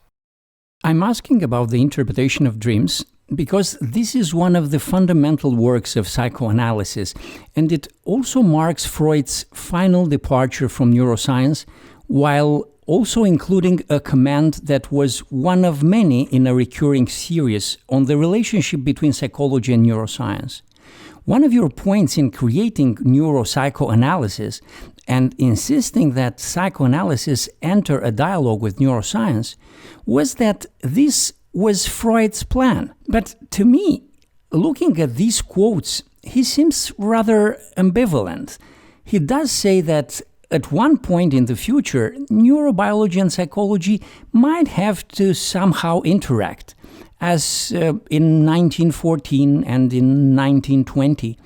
But then again, he always points out that it's not psychology's job to do this, and that psychoanalysis should proceed completely free from any neurobiological assumptions. And his 1940 command, which is pretty much his will over the future of psychoanalysis, seems to be pretty clear in that regard, that no future discovery in neuroscience could ever inform psychoanalysis or its assumptions. Isn't there a troubling ambivalence over there? First of all, I'm very glad that we began our conversation with your asking me about my translation of Freud, because that allows our audience to understand that there's probably nobody in the world who's more familiar with what Freud wrote, because I've translated every bloody sentence, and you have to understand, what does the guy mean here? And so the question of first of all, the quotations you have on the screen are a smattering of the totality of what Freud says on this topic. Secondly, you must remember these are English translations of what Freud said on the topic, and I'm as I say, I'm glad you know that, or our audience knows that I've translated all of this stuff, so I can say with some authority that I have the full picture of what Freud was trying to say, and so I won't be able to cite chapter and verse in every detail. Here is that full picture. First of all, remember that Freud was At the moment, the historical moment we're talking about, at which Freud introduces psychoanalysis into the world, is a moment in which Miner is making all of this physiological nonsense up. He just says the way the mind works is like this, physiologically and anatomically. And Freud's saying we don't have observations. Freud even did it himself in his project. He made the same mistake, albeit in a less crude way. I mean, he had a much more sophisticated model, as it turns out, a much more realistic model than Miner did 10 years earlier. But still, Freud realizes it's speculation. It's pure speculation. And so he abandons much, when you say, is there ambivalence? Freud was, as we were discussing earlier, from 1877, he's a natural scientist doing basic anatomical and histological work, and proud of it and successful and good at it. He has to abandon it more or less for clinical medicine because, of material circumstances. He's certainly not somebody who's heading for a career in psychology. That's the very last thing you will expect of him. So it was against great inner resistances that he has to reluctantly accept that if we're going to have science in this area, then it can't be based on physiological and anatomical observations because we don't have any. Therefore, we have to resist any temptation to speak the language of physiology and anatomy. When he wrote these words, 1895, 1900, 1914, 1915, 1916, 1920, all the way up to 1940. What physiological methods did we have? Well, by 1940, we had more or less invented the EEG. Okay, I say more or less invented it because Berger did invent it in the 30s, but it wasn't really used until after the war because the war got in the way. So the first really important observations made using the EEG, I mean, remember, that's a bloody blunt instrument.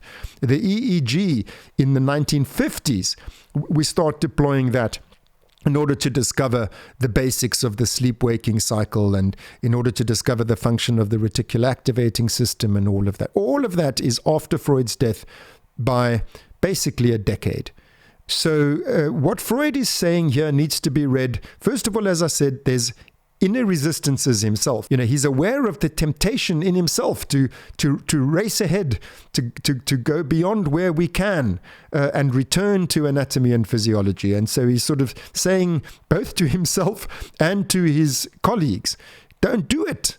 Stick on psychological ground. Why? Because that's empirical ground. That's where we can make observations, we can test our theories. I don't mean, by the way, let me not be misunderstood. I'm not saying that the psychoanalytical method is without its faults. I'm just saying it was more empirically sound than imaginings, transpositions, and guesses, which was the physiological method available at the time. When I say physiology available at the time, I don't mean there were no methods in physiology. I mean no methods that could be applied to the study of how the mind works. Okay, please be clear about that. Although we could study reflexes and the basic reflex arc that underpins it, and what the action potential is, and we made progress on all of that, but it tells you nothing about the mind. That didn't stop all sorts of people from coming up with all sorts of wild speculations while Freud was writing these things. So he's also aware, that his colleagues, which, by the way, I think many people forget, the first generation of psychoanalysts were almost all of them neurologists. They weren't psychiatrists. Jung was the first psychiatrist, and we all know how that ended. It's only in the next generation that they start to be psychiatrists, but still they're doctors. So neurologists and then psychiatrists, many of them had the same inner resistances that Freud did, that they don't want to be psychologists. They want to be proper doctors, And so Freud is chastising them and chastising himself for constantly wanting to go back to using the language of anatomy and physiology prematurely. And there's the ambiguity in what Freud's saying. You call it ambivalence. It's ambiguity because if you read it carefully, he's saying, at present, we must stay aloof from physiology and anatomy. But one day in the future, we will rejoin with it. That's what he's saying. The ambiguity is that sometimes he seems to be saying we must have nothing to do with anatomy and physiology. At other times, he seems to be saying only anatomy and physiology can save us. And it's because he's talking about two different epochs. He's saying now, At present, we must stay aloof. One day in the future, we must rejoin with it. That's the basic tenor of what he's saying. There's one further wrinkle in all of this, which leads to people misunderstanding what Freud's saying here. And that is his opposition to localizationism. So even as a neuroscientist, he was opposed to localizationism. His aphasia book is opposed to narrow localizationism. Freud thought dynamically, not statically. He didn't think in terms of boxes and arrows. He didn't think in terms of centers with fiber pathways that join them together. He thought in terms of dynamic functional systems, as I was saying, something more akin to what we think of nowadays as a hierarchical predictive model, constantly dynamically reorganizing itself on the basis of new observations. So he was anti-localizationist. So if I can just look at what you've written, what you've quoted here, he says in the one that's 1915, in the middle of the screen, every attempt to go from there to discover a localization of mental processes. The pivotal word there is localization. Every attempt to go from there to discover a localization of mental processes, every endeavor to think of ideas as stored up in nerve cells and excitations traveling along nerve fibers has miscarried completely. He doesn't mean the very idea that the mind is embodied as miscarried. He's saying the idea that the ideas are localized in nerve cells. That's miscarried. You see, that's a localizationist idea. And so that gets misread as being a kind of psychology must have nothing to do with physiology. He's saying localizationism is a dumb idea. I could say the same thing about other quotations, but just moving to the one right on the right-hand side, which, as you say, is his last will and testament. There, he's saying something else. And again, I'm sorry if I sound as if I'm being dogmatic.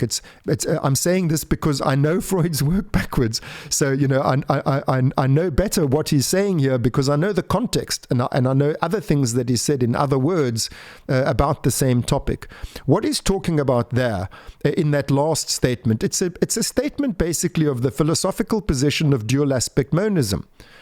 He's saying that there are two different ways we can study what he calls the psyche. Okay, we can study it from its bodily organ. In other words, please note, the bodily organ is the organ of the psyche. Okay, so this is not a dualist position, or even worse, an idealist position where the mind has nothing to do with the body. He's saying it has an organ, the mind. You can study it from the outside, you'll see it. It's called the brain.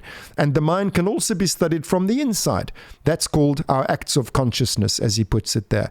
In other words, the mind, the psyche or mental life, as he describes it there, which in other places he calls the mental apparatus or the instrument of the mind, this abstract functional organization, this thing called the mind, meta-psychology, the thing that lies behind our observations. He's saying we can observe it in two ways, from the outside or the inside. From the outside you see a brain, from the inside you have conscious experiences. Now, what is it that lies behind both of those? That's what meta-psychology is about. Remember I said earlier, it's a psychological description of the very same space that you can describe physiologically from the external point of view.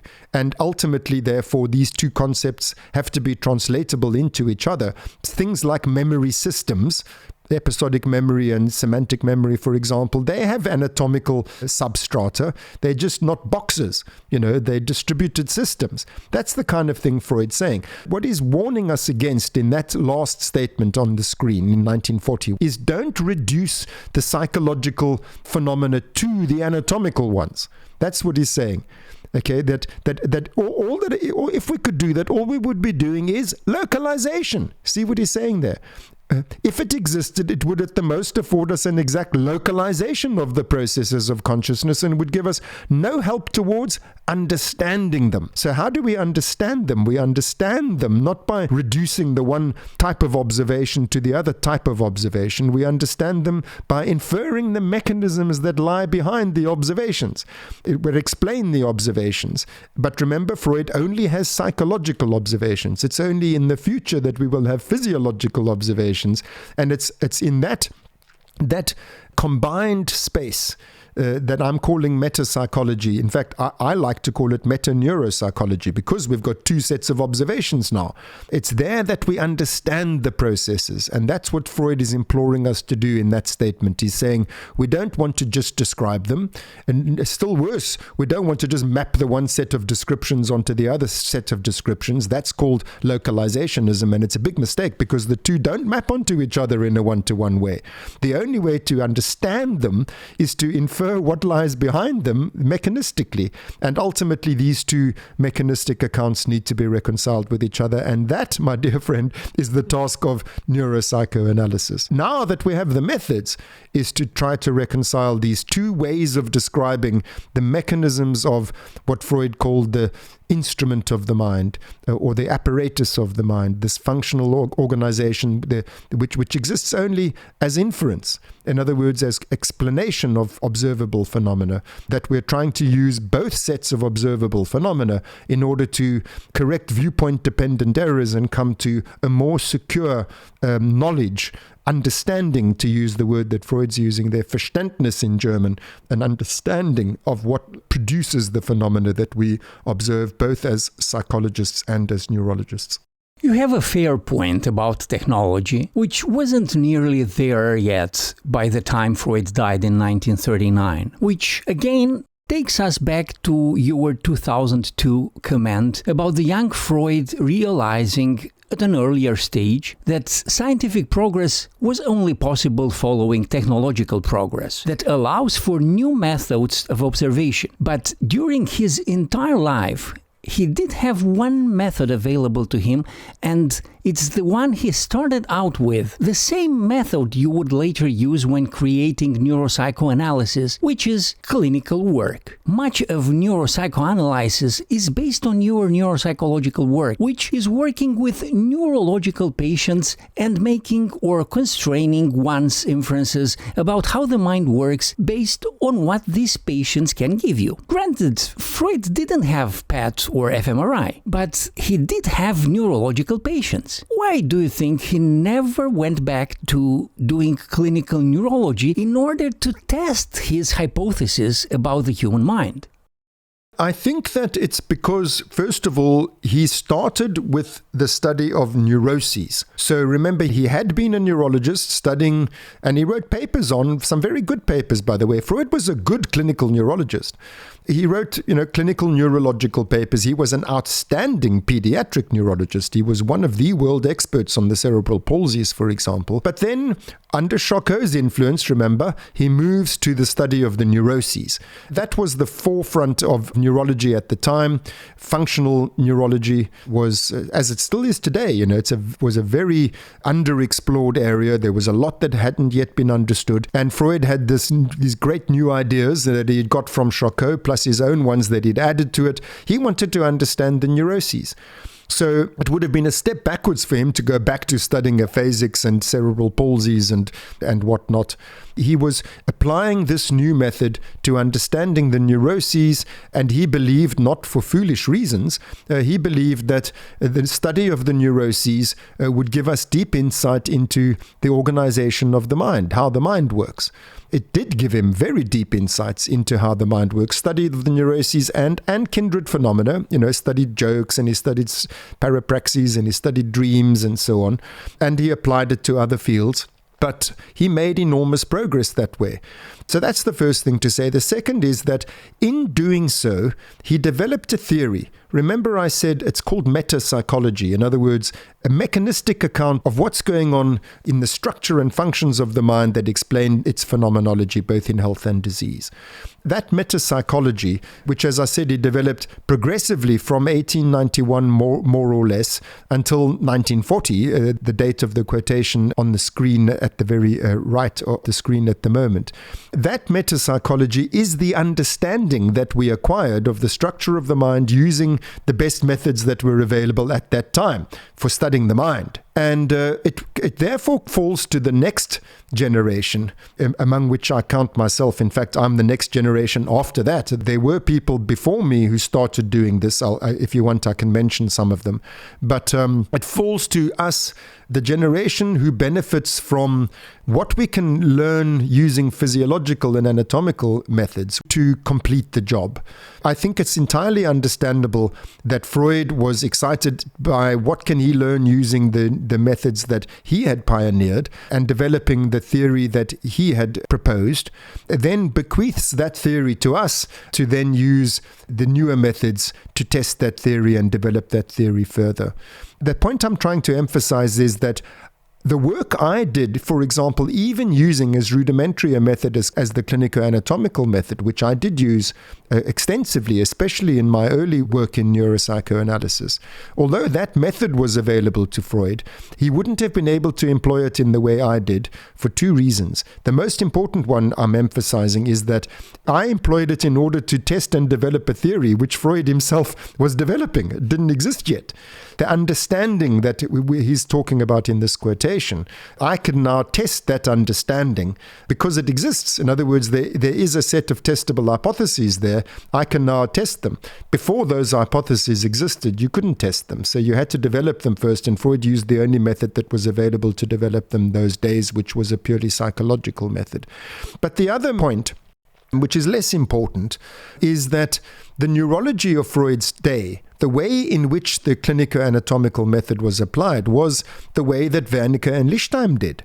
You know, it was, if there's a lesion there and that leads to the loss of a function, that means that function is localized in that center. And that was the way Freud understood the way the clinico-anatomical method was applied, because that is the way it was applied. It took a long time for us to get over that. The idea of a dynamic localization, the idea of there being functional systems which are dynamically conceptualized in neuropsychology, that we interpret the lesion as disrupting a whole dynamically localized functional system rather than taking out a center. That was developed. And again, it's not that there was one moment in history that it happened, but that school of neuropsychology really only came into its own in the hands of Alexander Luria long after Freud's death. So people like you and me, we think, well, why can't you use the lesion method, to test these theories? Well, that's only because we use the lesion method in a very different way today than we did those days. I think it meant something very different to Freud. It meant localization. And that was exactly what he had moved away from as a neurologist.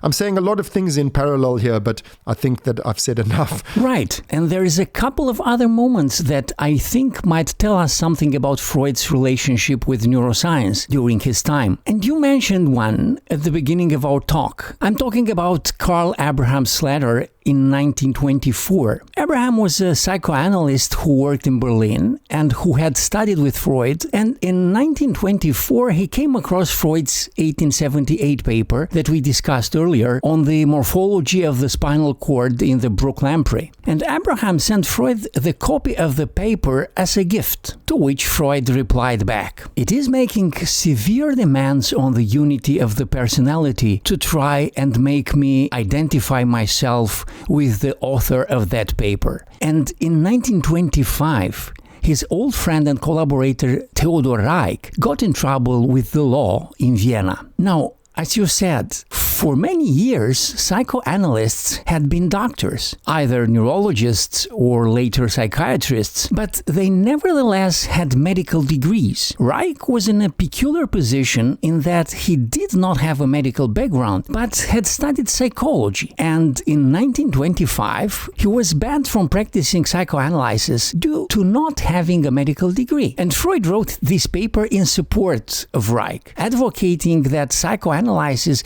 should have been open to analysts with non-medical backgrounds. This was always Freud's position on the matter, actually. As a career neuroscientist in the 19th century, Freud was in the position to claim with competence that neuroscience could not yet contribute anything relevant to psychology. But wasn't he opening the door to a rift between neuroscience and psychology when opening psychoanalysis to people with no biological training? I think that there were certainly unintended consequences of the position that Freud took. Let me just be clear. Freud was not saying psychoanalysis should be practiced by non-doctors. He was saying psychoanalysis should not be practiced only by doctors. So he didn't see it as detaching psychoanalysis from medicine. He thought it more that we're not depriving psychoanalysis of the additional benefit of what can be gained from people who are not doctors but have other skills. Philosophers, historians, sociologists, all sorts of people understand things about the life of the mind that you don't learn at medical school. I mean, artists can teach us a thing or two about the life of the mind. And so it was a very liberal view. It was a progressive view. It was a saying, look, let's not operate a closed shop here. There are things you learn outside of medical school which are of value to understanding the mind. And let's let those people in too. It wasn't meant to be a severing of ties with medicine. That's the first thing. Second thing to say is that the same applies in other fields. I mean, you say, was this not a step away from neuroscience? There are many neuroscientists today who are not doctors. There are many people who make enormous contributions to neuroscience in the strictest sense of the word, who are PhDs. The idea that you have to study clinical medicine in order to be able to advance medical science is a nonsense. And so I just want to contextualize Freud's move at that point. However, I think that what Freud couldn't have envisaged, and these are the unintended consequences I refer to, is that the numbers of non-medical analysts gradually outstripped the numbers of medical analysts, so that now what Freud thought was he was being liberal and allowing some specialists from other fields to join us doctors. He didn't think that they were going to replace us doctors or displace us doctors, and then also the whole way of thinking, the whole sort of I don't think you need to be a doctor to have a scientific education. I think it's that many people who have become psychoanalysts now, perhaps even a majority, they don't even have a scientific education of any kind. I don't think that Freud was imagining, detaching psychoanalysis from science when he was saying that it doesn't have to be the exclusive preserve of clinical medicine, in other words, of medical practitioners. I'm not saying that he had in mind only scientists. He didn't. He had in mind all sorts. But I think that he didn't realize that, this would mean that a very large number of psychoanalysts would have no grounding in scientific thinking at all. And that's an unintended consequence. I think the last of the unintended consequences is that as the majority of psychoanalysts became non-doctors, so it became less appealing for doctors. In America, for example, psychiatrists charge twice as much per hour for their services as psychologists do. And now suddenly kosher psychoanalysis is practiced by psychologists who charge half as much as I would charge. So, I think I'll rather become a dermatologist, or, God knows what. So that's the other thing that happened. It's not only that there was a swelling of the ranks of psychoanalysts by non-doctors way beyond the numbers that Freud could have imagined, so that a very large proportion of psychoanalysts end up not being scientifically educated at all, but also that the doctors then started retreating from the field. I don't think Freud anticipated that, but it certainly did happen. Right, that's my point exactly. Obviously, I'm not referring to the bioengineers, physicists, and mathematicians that have made neuroscience what it is today. But let's not forget that they didn't exist in 1925, when Freud was writing his paper on the question of lay analysis. In 1925, neuroscience is either anatomy, physiology, or morphology that is being done almost entirely by people with medical degrees, even if they weren't clinicians. You had almost no people without medical degree exploring the brain at the time. There was much speculation over whether Freud would have remained a neuroscientist if he had worked nowadays. You had authors like Marshall Adelson, who in 1986, as neuroscience was making a force for return to American psychiatry, expressed his skepticism. And then, on the other hand, you had someone like Alan Francis, who was chair of the American Psychiatric Association task forces for the DSM-4 in the 1990s, and who's actually a big fan of Freud, but has repeatedly said that Freud himself would have changed his theories in light of modern neuroscience, and that psychoanalytic institutes across the world treating Freud's writings as religious revelations have done way more harm than good to psychoanalysis and psychology in general. I think the question to be asked here is not if Freud would have been a neuroscientist, but rather looking at the heterogeneity of his claims throughout his career. The more pertinent question is if there is only one Freud to talk about, because I wouldn't say there is. I think I've already said the main points I want to make. Forgive me for repeating myself. The one is that there's none of us who never changes their minds about things. There's none of us who has one static, fixed view forevermore about some major things. So, I do think Freud vacillated in his views, just as we all do. But far more important is the second point, which is that we're talking about Freud's views in relation to different epochs. In other words, Freud's views as to what is appropriate in the middle of the 20th century, or the first half, rather, of the 20th century, and what Freud thought was appropriate for the future. So I've already said my piece about that, and I think that it can be applied to the question you're posing now. The Freud who Edelson, for example, is quoting when he says Freud would never have wanted to be a neuroscientist. Yes, this chap. He quotes statements that Freud makes which apply only to the present. In other words, to Freud's present, when he says we must remain aloof and so on and so forth. And he ignores Freud's other statements, which is biology is a land of unlimited possibilities. We can't predict in the future what answers it will give us to the questions we have posed. And they may be of a kind that will blow away the artificial fabric of our hypotheses. That's the Freud speaking about the neuroscience of the future. So that, I think, is the most important concept to apply to your question. Freud thought neurology and psychology should stay separate in the first half of the 20th century. Freud thought they should reunite in the future. And therefore, I have no doubt that were Freud alive now, he would be doing what we under the banner of neuropsychoanalysis are doing. In other words, rejoining psychoanalysis with neuroscience on the basis of methods and theories and concepts which do not do violence to the dynamic nature of the mind and to its distributed functional organization and so on. I have absolutely no doubt that that's what Freud would have done if he were with us today.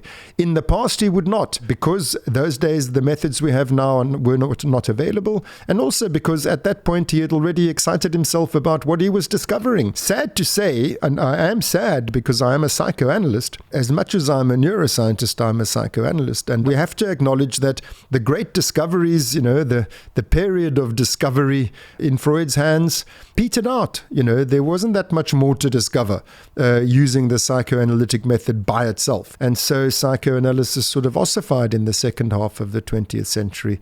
And now we're revivifying it by bringing to bear on the theoretical claims of psychoanalysis, bringing to bear these other methods. And in this way, we're able to move the theory forwards once more. Do you remember functional magnetic resonance imaging becoming available in the 1990s? What did you then think about it? Did you think at the time fMRI could have implications for neuropsychology or psychoanalysis? As a neuropsychologist myself, I remember a lack of enthusiasm over fMRI in the 1990s. It's important to note that by the 1990s, you were already training in psychoanalysis in London, a time and a place not very friendly towards neuroscience's involvement in mental health or psychology in general. How was your experience trying to bridge neuroscience and psychoanalysis in London in the 1990s? So to your question, do I remember it? I remember it very well. I mean, I'm old enough to remember the introduction of CT scanning, structural imaging. And when structural MRI came along, it was like, oh my God, look at this. So I even remember that. I see. fMRI, when it was first developed, it was an absolute revelation. I was completely astonished. And I saw nothing but promise. I don't mean in that method alone, in that method corrected by other methods. And in those early days, the way I saw it in particular was functional imaging corrected by the lesion method, because, for example, you didn't know whether what you were seeing was excitatory or inhibitory, for just to say the most obvious thing. Just as much as I've always recognized the psychoanalytic method by itself. It's got all kinds of weaknesses, and the same applies to any scientific method, and that's why we use multiple converging methods. They correct each other. But as part of the armamentarium of methods, I thought it was just fantastic when it first came along. You asking me how was neuroscience perceived, how was neuropsychoanalysis received in the British Psychoanalytical Society? Well, not well at all. I started training there in the late 80s. And I qualified in the early 90s. I forget the exact dates, perhaps 93 or so I qualified.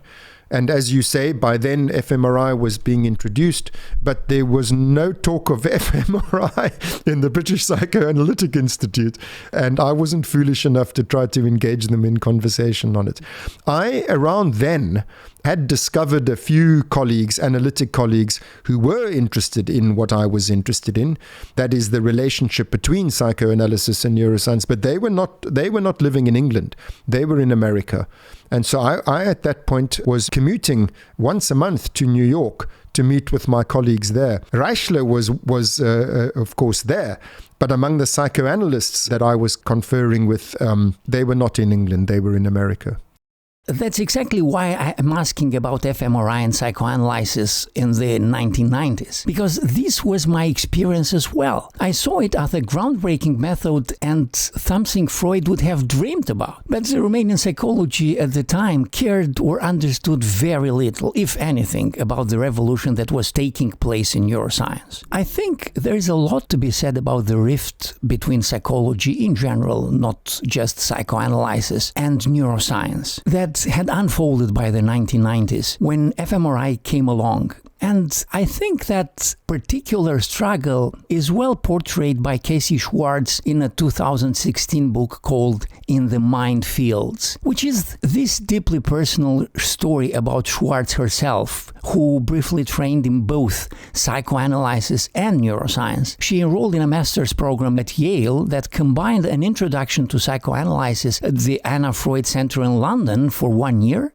with neuroscience training in the States for another year, and was supposed to be this groundbreaking bohemian program that took you overseas to blend cutting-edge science with profound insights on the human nature from psychoanalysis. But as she got into it, she realized it made little sense, and she struggled deeply with understanding what neuroscience and psychoanalysis could have to say to each other. It's a story that goes back to what I was saying earlier about Freud opening up psychoanalysis to people with no biological training. Because her background was in literature and she never subsequently pursued a career in science. In the book, she describes struggling with understanding how neuroscience could ever have any relevance to psychoanalysis and human nature. And I certainly know that this is precisely the experience of many people who come into life sciences, especially biology, with no scientific background. They have a lot of trouble enjoying any of it. They struggle because they are looking for something else, which is either art or philosophy. Whichever it is, it certainly isn't there for them in hard science. The second part of the story describes how she starts to make some sense of it by meeting you, and briefly chronicles the emergence of neuropsychoanalysis and the struggles you went through in the attempt to bridge these two fields that, if we are being honest, are not friendly to each other at all. And the book does speak to that when you describe how much you had to work to be able to advance what is really a simple and straightforward idea. That there really can't be two human minds, one that neuroscience is studying and another that psychoanalysis is exploring. There's just only one human mind. And I like that quote from one of your early notebooks saying the distinction between neurological and psychological illness is totally artificial. Where do you draw the line? Both are always both. But as I've said, when a large number of people with no scientific training or no scientific training for that matter come into a field, they might not see it that way at all. And there have been a number of criticisms that you have received along the way for trying to bridge neuroscience and psychoanalysis, but probably none like the one published in 2007 by Blass and Carmelli, which pretty much argued that neuropsychoanalysis was not only a bad idea, it was also going to be harmful to patients. It was probably the most antagonistic piece of criticism you've ever received. Why did they have such a problem with neuropsychoanalysis? Well, Blass is a philosopher, and she was drawing mainly on philosophical notions about the relationship between brain and mind. When it comes to metaphysical positions, well, one adopts positions, and so she adopted a position, and from that position she argued that you can't possibly learn anything about the mind from using neurological observations, which is just not true, but that was her position. She, like so many people who've taken such an antagonistic stance towards neuropsychoanalysis, don't know anything about the neuro side of it. They're just not in a position to judge. They don't know what you can learn about the mind using neuroscientific methods. I had a debate with her after she published this paper that you have on the screen. It was an Oxford Rules debate where the audience voted, and I have to tell you, I won the debate 2-1, with the audience being psychoanalysts. And the main argument that I made in that debate was based on what I had learned using neurological patients with right parietal lesions, what I had learned about narcissism and how it works. There I just gave actual direct evidence of how it was possible to learn new things, also about anosognosia, by the way, so that we were able to also apply psychoanalytic concepts to understand something in clinical neurology and neuropsychology, which we otherwise wouldn't have understood. So I just used these everyday examples of, people who actually make these observations are in a much better position to judge than if you just take a metaphysical stance on something.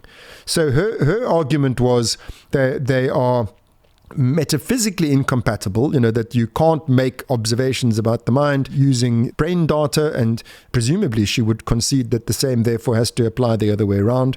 You can't learn anything about the brain by studying mental data, and I just don't agree that's true. Once you believe that, then you can say the next thing that she says is those people who don't realize that my position is the God-given truth, that they will make mistakes which are dangerous.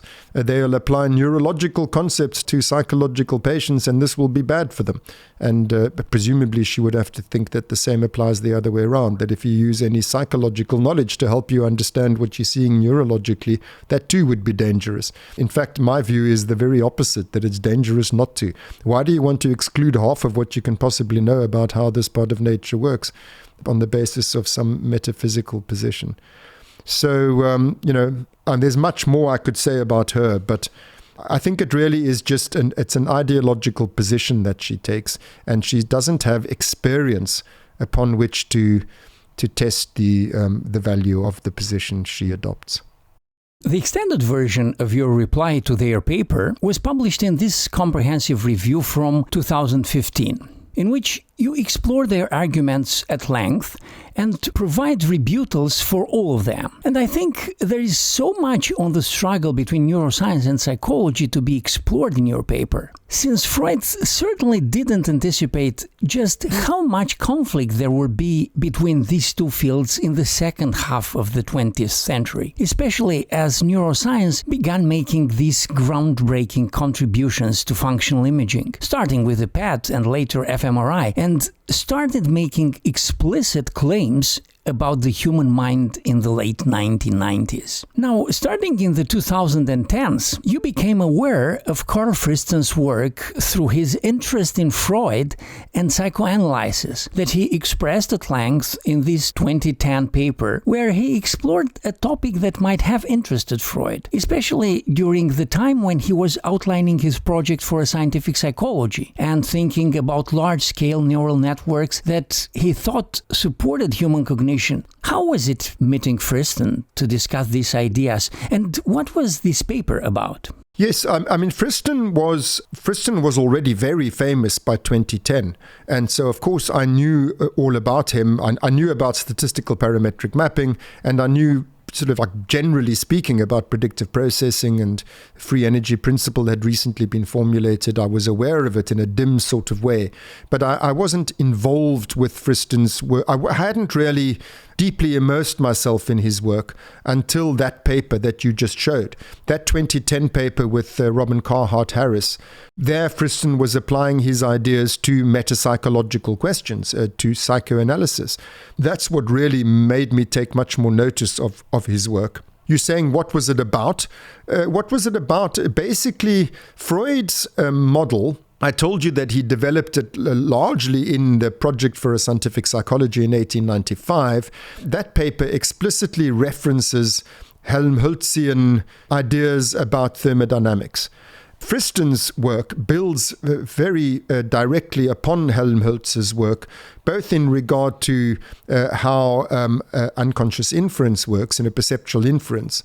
By the way, Helmholtz coined the term bound energy in contradistinction to free energy. These concepts were fundamental to Helmholtzian thermodynamics.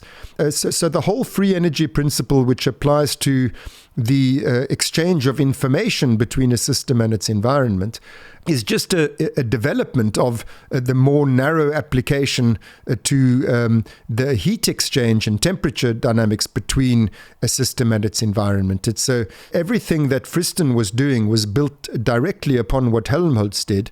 And since what Freud was doing was also built upon what Helmholtz did, not surprisingly, Friston found parallels between what his ideas about predictive processing and the free energy principle and active inference, that he found parallels between all of that and basic Freudian metapsychological ideas. So that's why I was so taken with the paper. And in fact, when I then collaborated with Friston, a large part of what I was doing was developing on that. Friston's a very modest man. And he was saying, well, Freud saw things that I saw, I said, well, maybe it's a little bit, maybe you can add a bit to what Freud saw.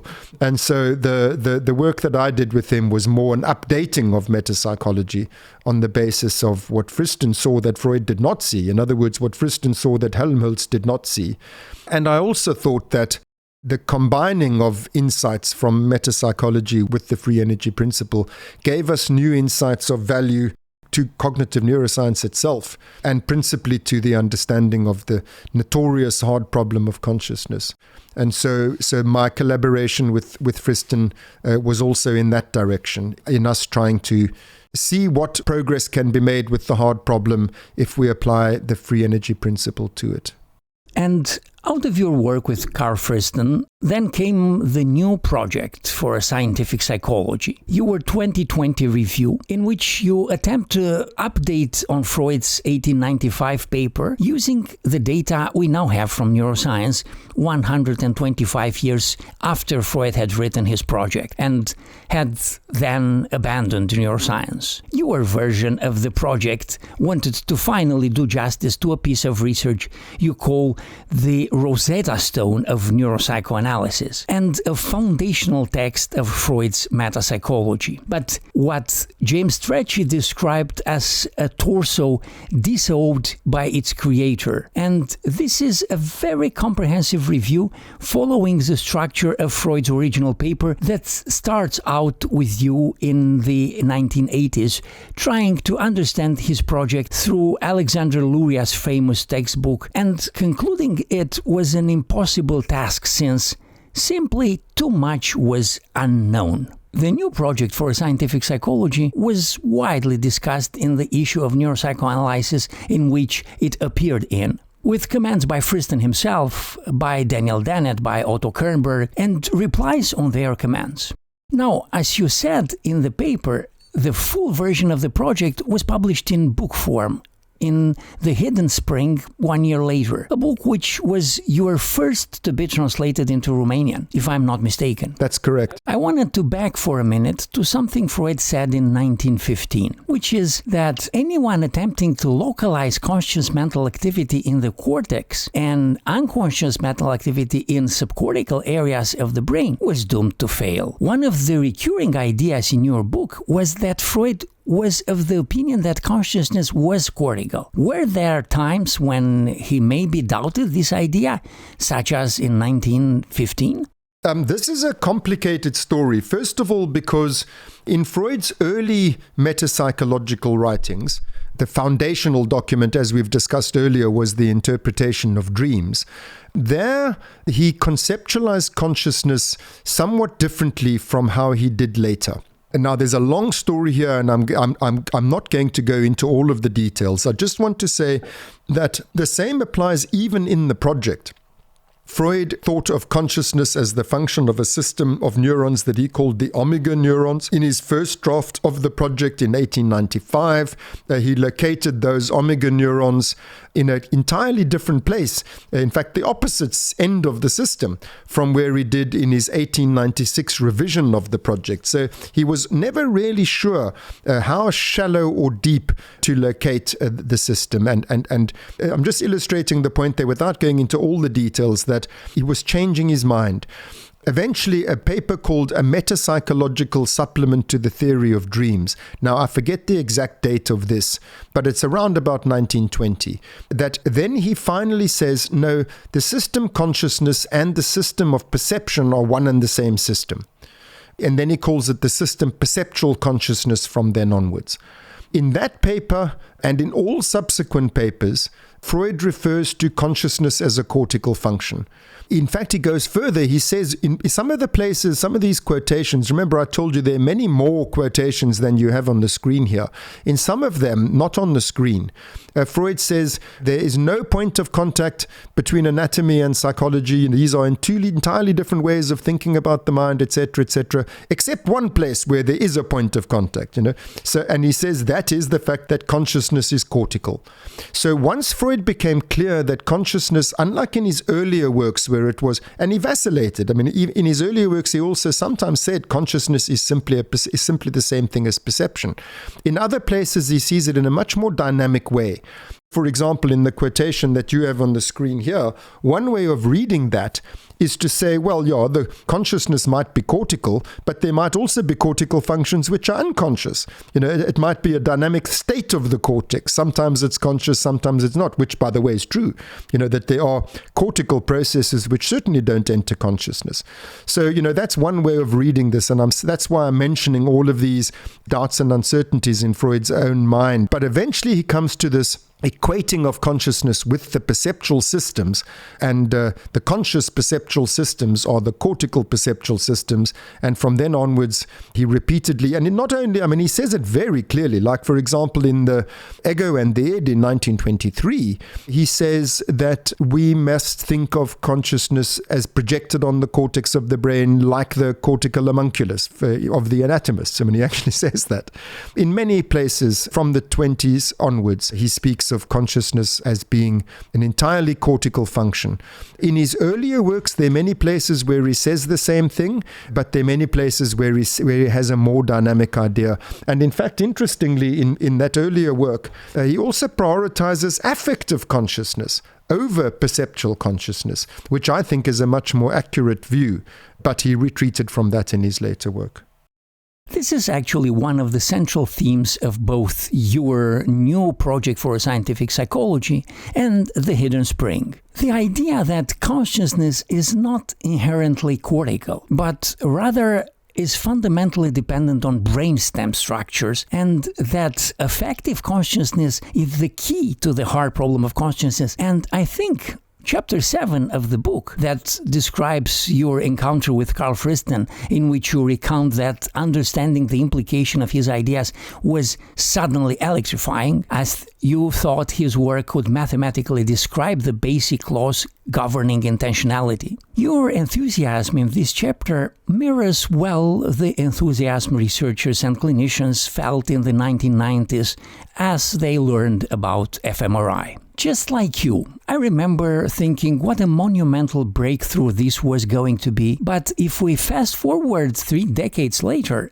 fMRI is still not in the clinic and has given us limited insight into the functional architecture of the human mind. And our enthusiasm has gradually deflated as we learned just how many technical setbacks fMRI really has, from the problems with statistical power, the classic Poldrack paper, because we are looking at very small effect sizes, since these are very subtle changes in blood flow and therefore signal, which suggests a sizable amount of our results are false positives, as this paper of Kramer, Swagger and Yarkoni suggested. Then you have the trouble with generalizability in task fMRI, where stimuli you see in controlled experiments in the lab are hardly representative for real-world situations. Obviously, the issue with the analysis pipelines, the Botvinnik-Nezer paper that had 70 teams analyze the same data and come to significantly different conclusions. Then, on a more clinical note, you had the widely discussed Elliott paper from 2020 that showed test-retest reliability of fMRI in individuals is poor, at about 0.3, making it unlikely to be useful in the clinic for diagnosis and prognosis, to Thomas Inzel's notorious 2017 comment that during his 13-year tenure running the NIMH, the Institute had spent about $20 billion without making any contributions to clinical psychiatry. I mean, to be clear here, fMRI has made groundbreaking progress in the past decade and has indeed told us a whole lot about the human brain. But if we go back to Freud's 1888 aspirations, where he says he was going to need a physiological method to understand hysteria and more broadly psychiatric disorders, it's clear that we're far from being there yet. You know, I've always wondered if people like Charcot or Miner or Freud would have been mesmerized by fMRI in the early 1990s and would have fallen into the trap of taking seriously small, underpowered p-hacked studies, as honestly many of us did back then. Do you think they could have anticipated in their time how difficult it was going to be to pin down in vivo human neurophysiology even a century later? Well, I'm partisan, I suppose. I would say Minot overestimated what could be achieved. I think even Charcot overestimated what could be achieved. I need to remind you that Freud was the cautious one. Freud was the one who kept on saying, well, for now, we can't do it. One day in the future, it will be possible. So I think that Freud was more on the money in terms of recognizing just how far we are or were in his day. And I detect a note of pessimism in your voice about where we are today. I think maybe I suffer more from the hubris of Minot and Charcot than the modesty of Freud when I say I think we're making great progress. I think we're making great progress. I think that a combination of what we've learned in affective neuroscience, I think that's fundamentally important. I think that the fact that biological psychiatry is grounded on the concept of the neurotransmitter, in other words, it's basically grounded in molecular level of thinking, is bound to fail. It doesn't have a systems level of thinking. And so I think that moving to affective neuroscience, which is a systems level of thinking about the brain mechanisms of affect, the basic natural kinds of emotion, and how what we know about the brain mechanisms of emotion relates to the clinical phenotypes and the implications also even for drug development, but more importantly for understanding how the bloody thing works. I think we've made huge strides in affective neuroscience that are of great importance for the future of the science of the mind and for the future of psychiatry and therefore psychoanalysis. Then that coupled with Friston's work. I don't use the word lightly when I say that I think Friston is a genius. I mean, he's a genius at the level of Freud and at the level of Helmholtz. The man is just completely head and shoulders above his peers. And the whole framework of the free energy principle and active inference combined with affective neuroscience. And so when I was saying biological psychiatry is stuck at the level of the molecule, molecular biology is not the level of understanding that you need for understanding psychopathology. But affective neuroscience systems level, understanding the affective side of things, in other words, what our basic emotional needs are, coupled with predictive processing and all of that in terms of how do we learn to meet our emotional needs in the world, our emotional needs being basically homeostatic things. The whole free energy principle is a theory of homeostasis and how the system adapts, how the system learns to maintain its structural and functional integrity. When applied to psychiatry, it is how to meet its emotional needs. I think that there's great promise in a computational psychiatry combined with an affective neuroscience. I'm very optimistic, but who knows? People who will have on their screen, like you have these historical documents today, in 20 years' time, they'll have on their screen the transcript of our conversation, and they'll say, they'll decide whether Mark Solms was over optimistic or not in years to come. What do you see when you look at the resting state human brain? I see the same thing that Reichler did. Remember I told you earlier, I think that fMRI is it really was a great advance. I think it has been used in a most unfortunate set of ways. First of all, you were saying earlier about the baneful effect on psychoanalysis of non-medical practitioners. When it comes to fMRI, it's a methodology that's been used by people with absolutely no neuroscientific education. It's really quite remarkable. It's such a simple method, that you can apply the method without having any understanding of what you're doing. And I'm afraid that's happened.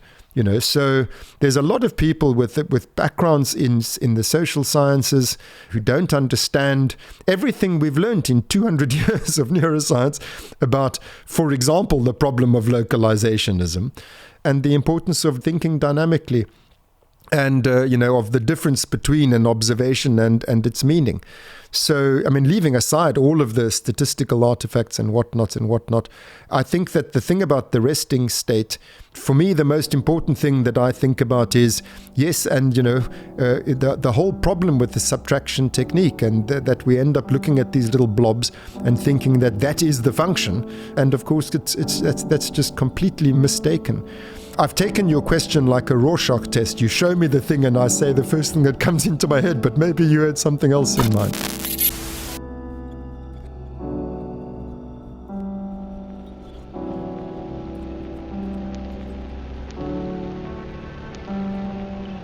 I had to pay heavily for this bit of good luck.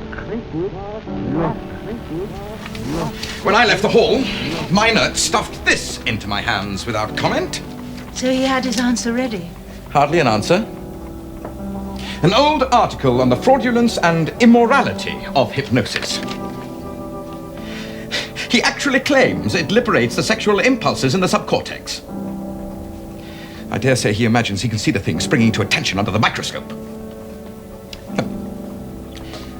In the hypnotic state, a human being is reduced to a creature without will or reason, and his nervous and mental degeneration is only hastened by it. Mental degeneration. Degeneration. People did not believe in my facts. I thought my theories unsavory. Resistance was strong and unrelenting. He went to Paris a neurologist, and he has returned a crank. Miner's words, apparently. But you expected it. You knew. What did Breuer say? Smiled. Like a fond parent at a delinquent child. Then he took me aside and asked me what I was charging for consultations. What did he mean by that? Nothing insulting.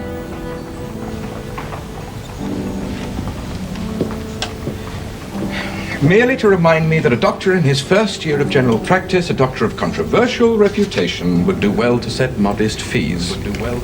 Joseph means well. Joseph means well.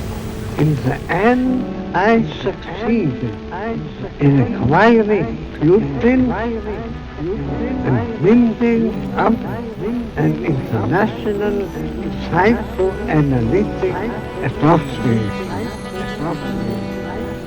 But the struggle is not yet over, is not yet over, is not yet over, is not yet over, is not yet over.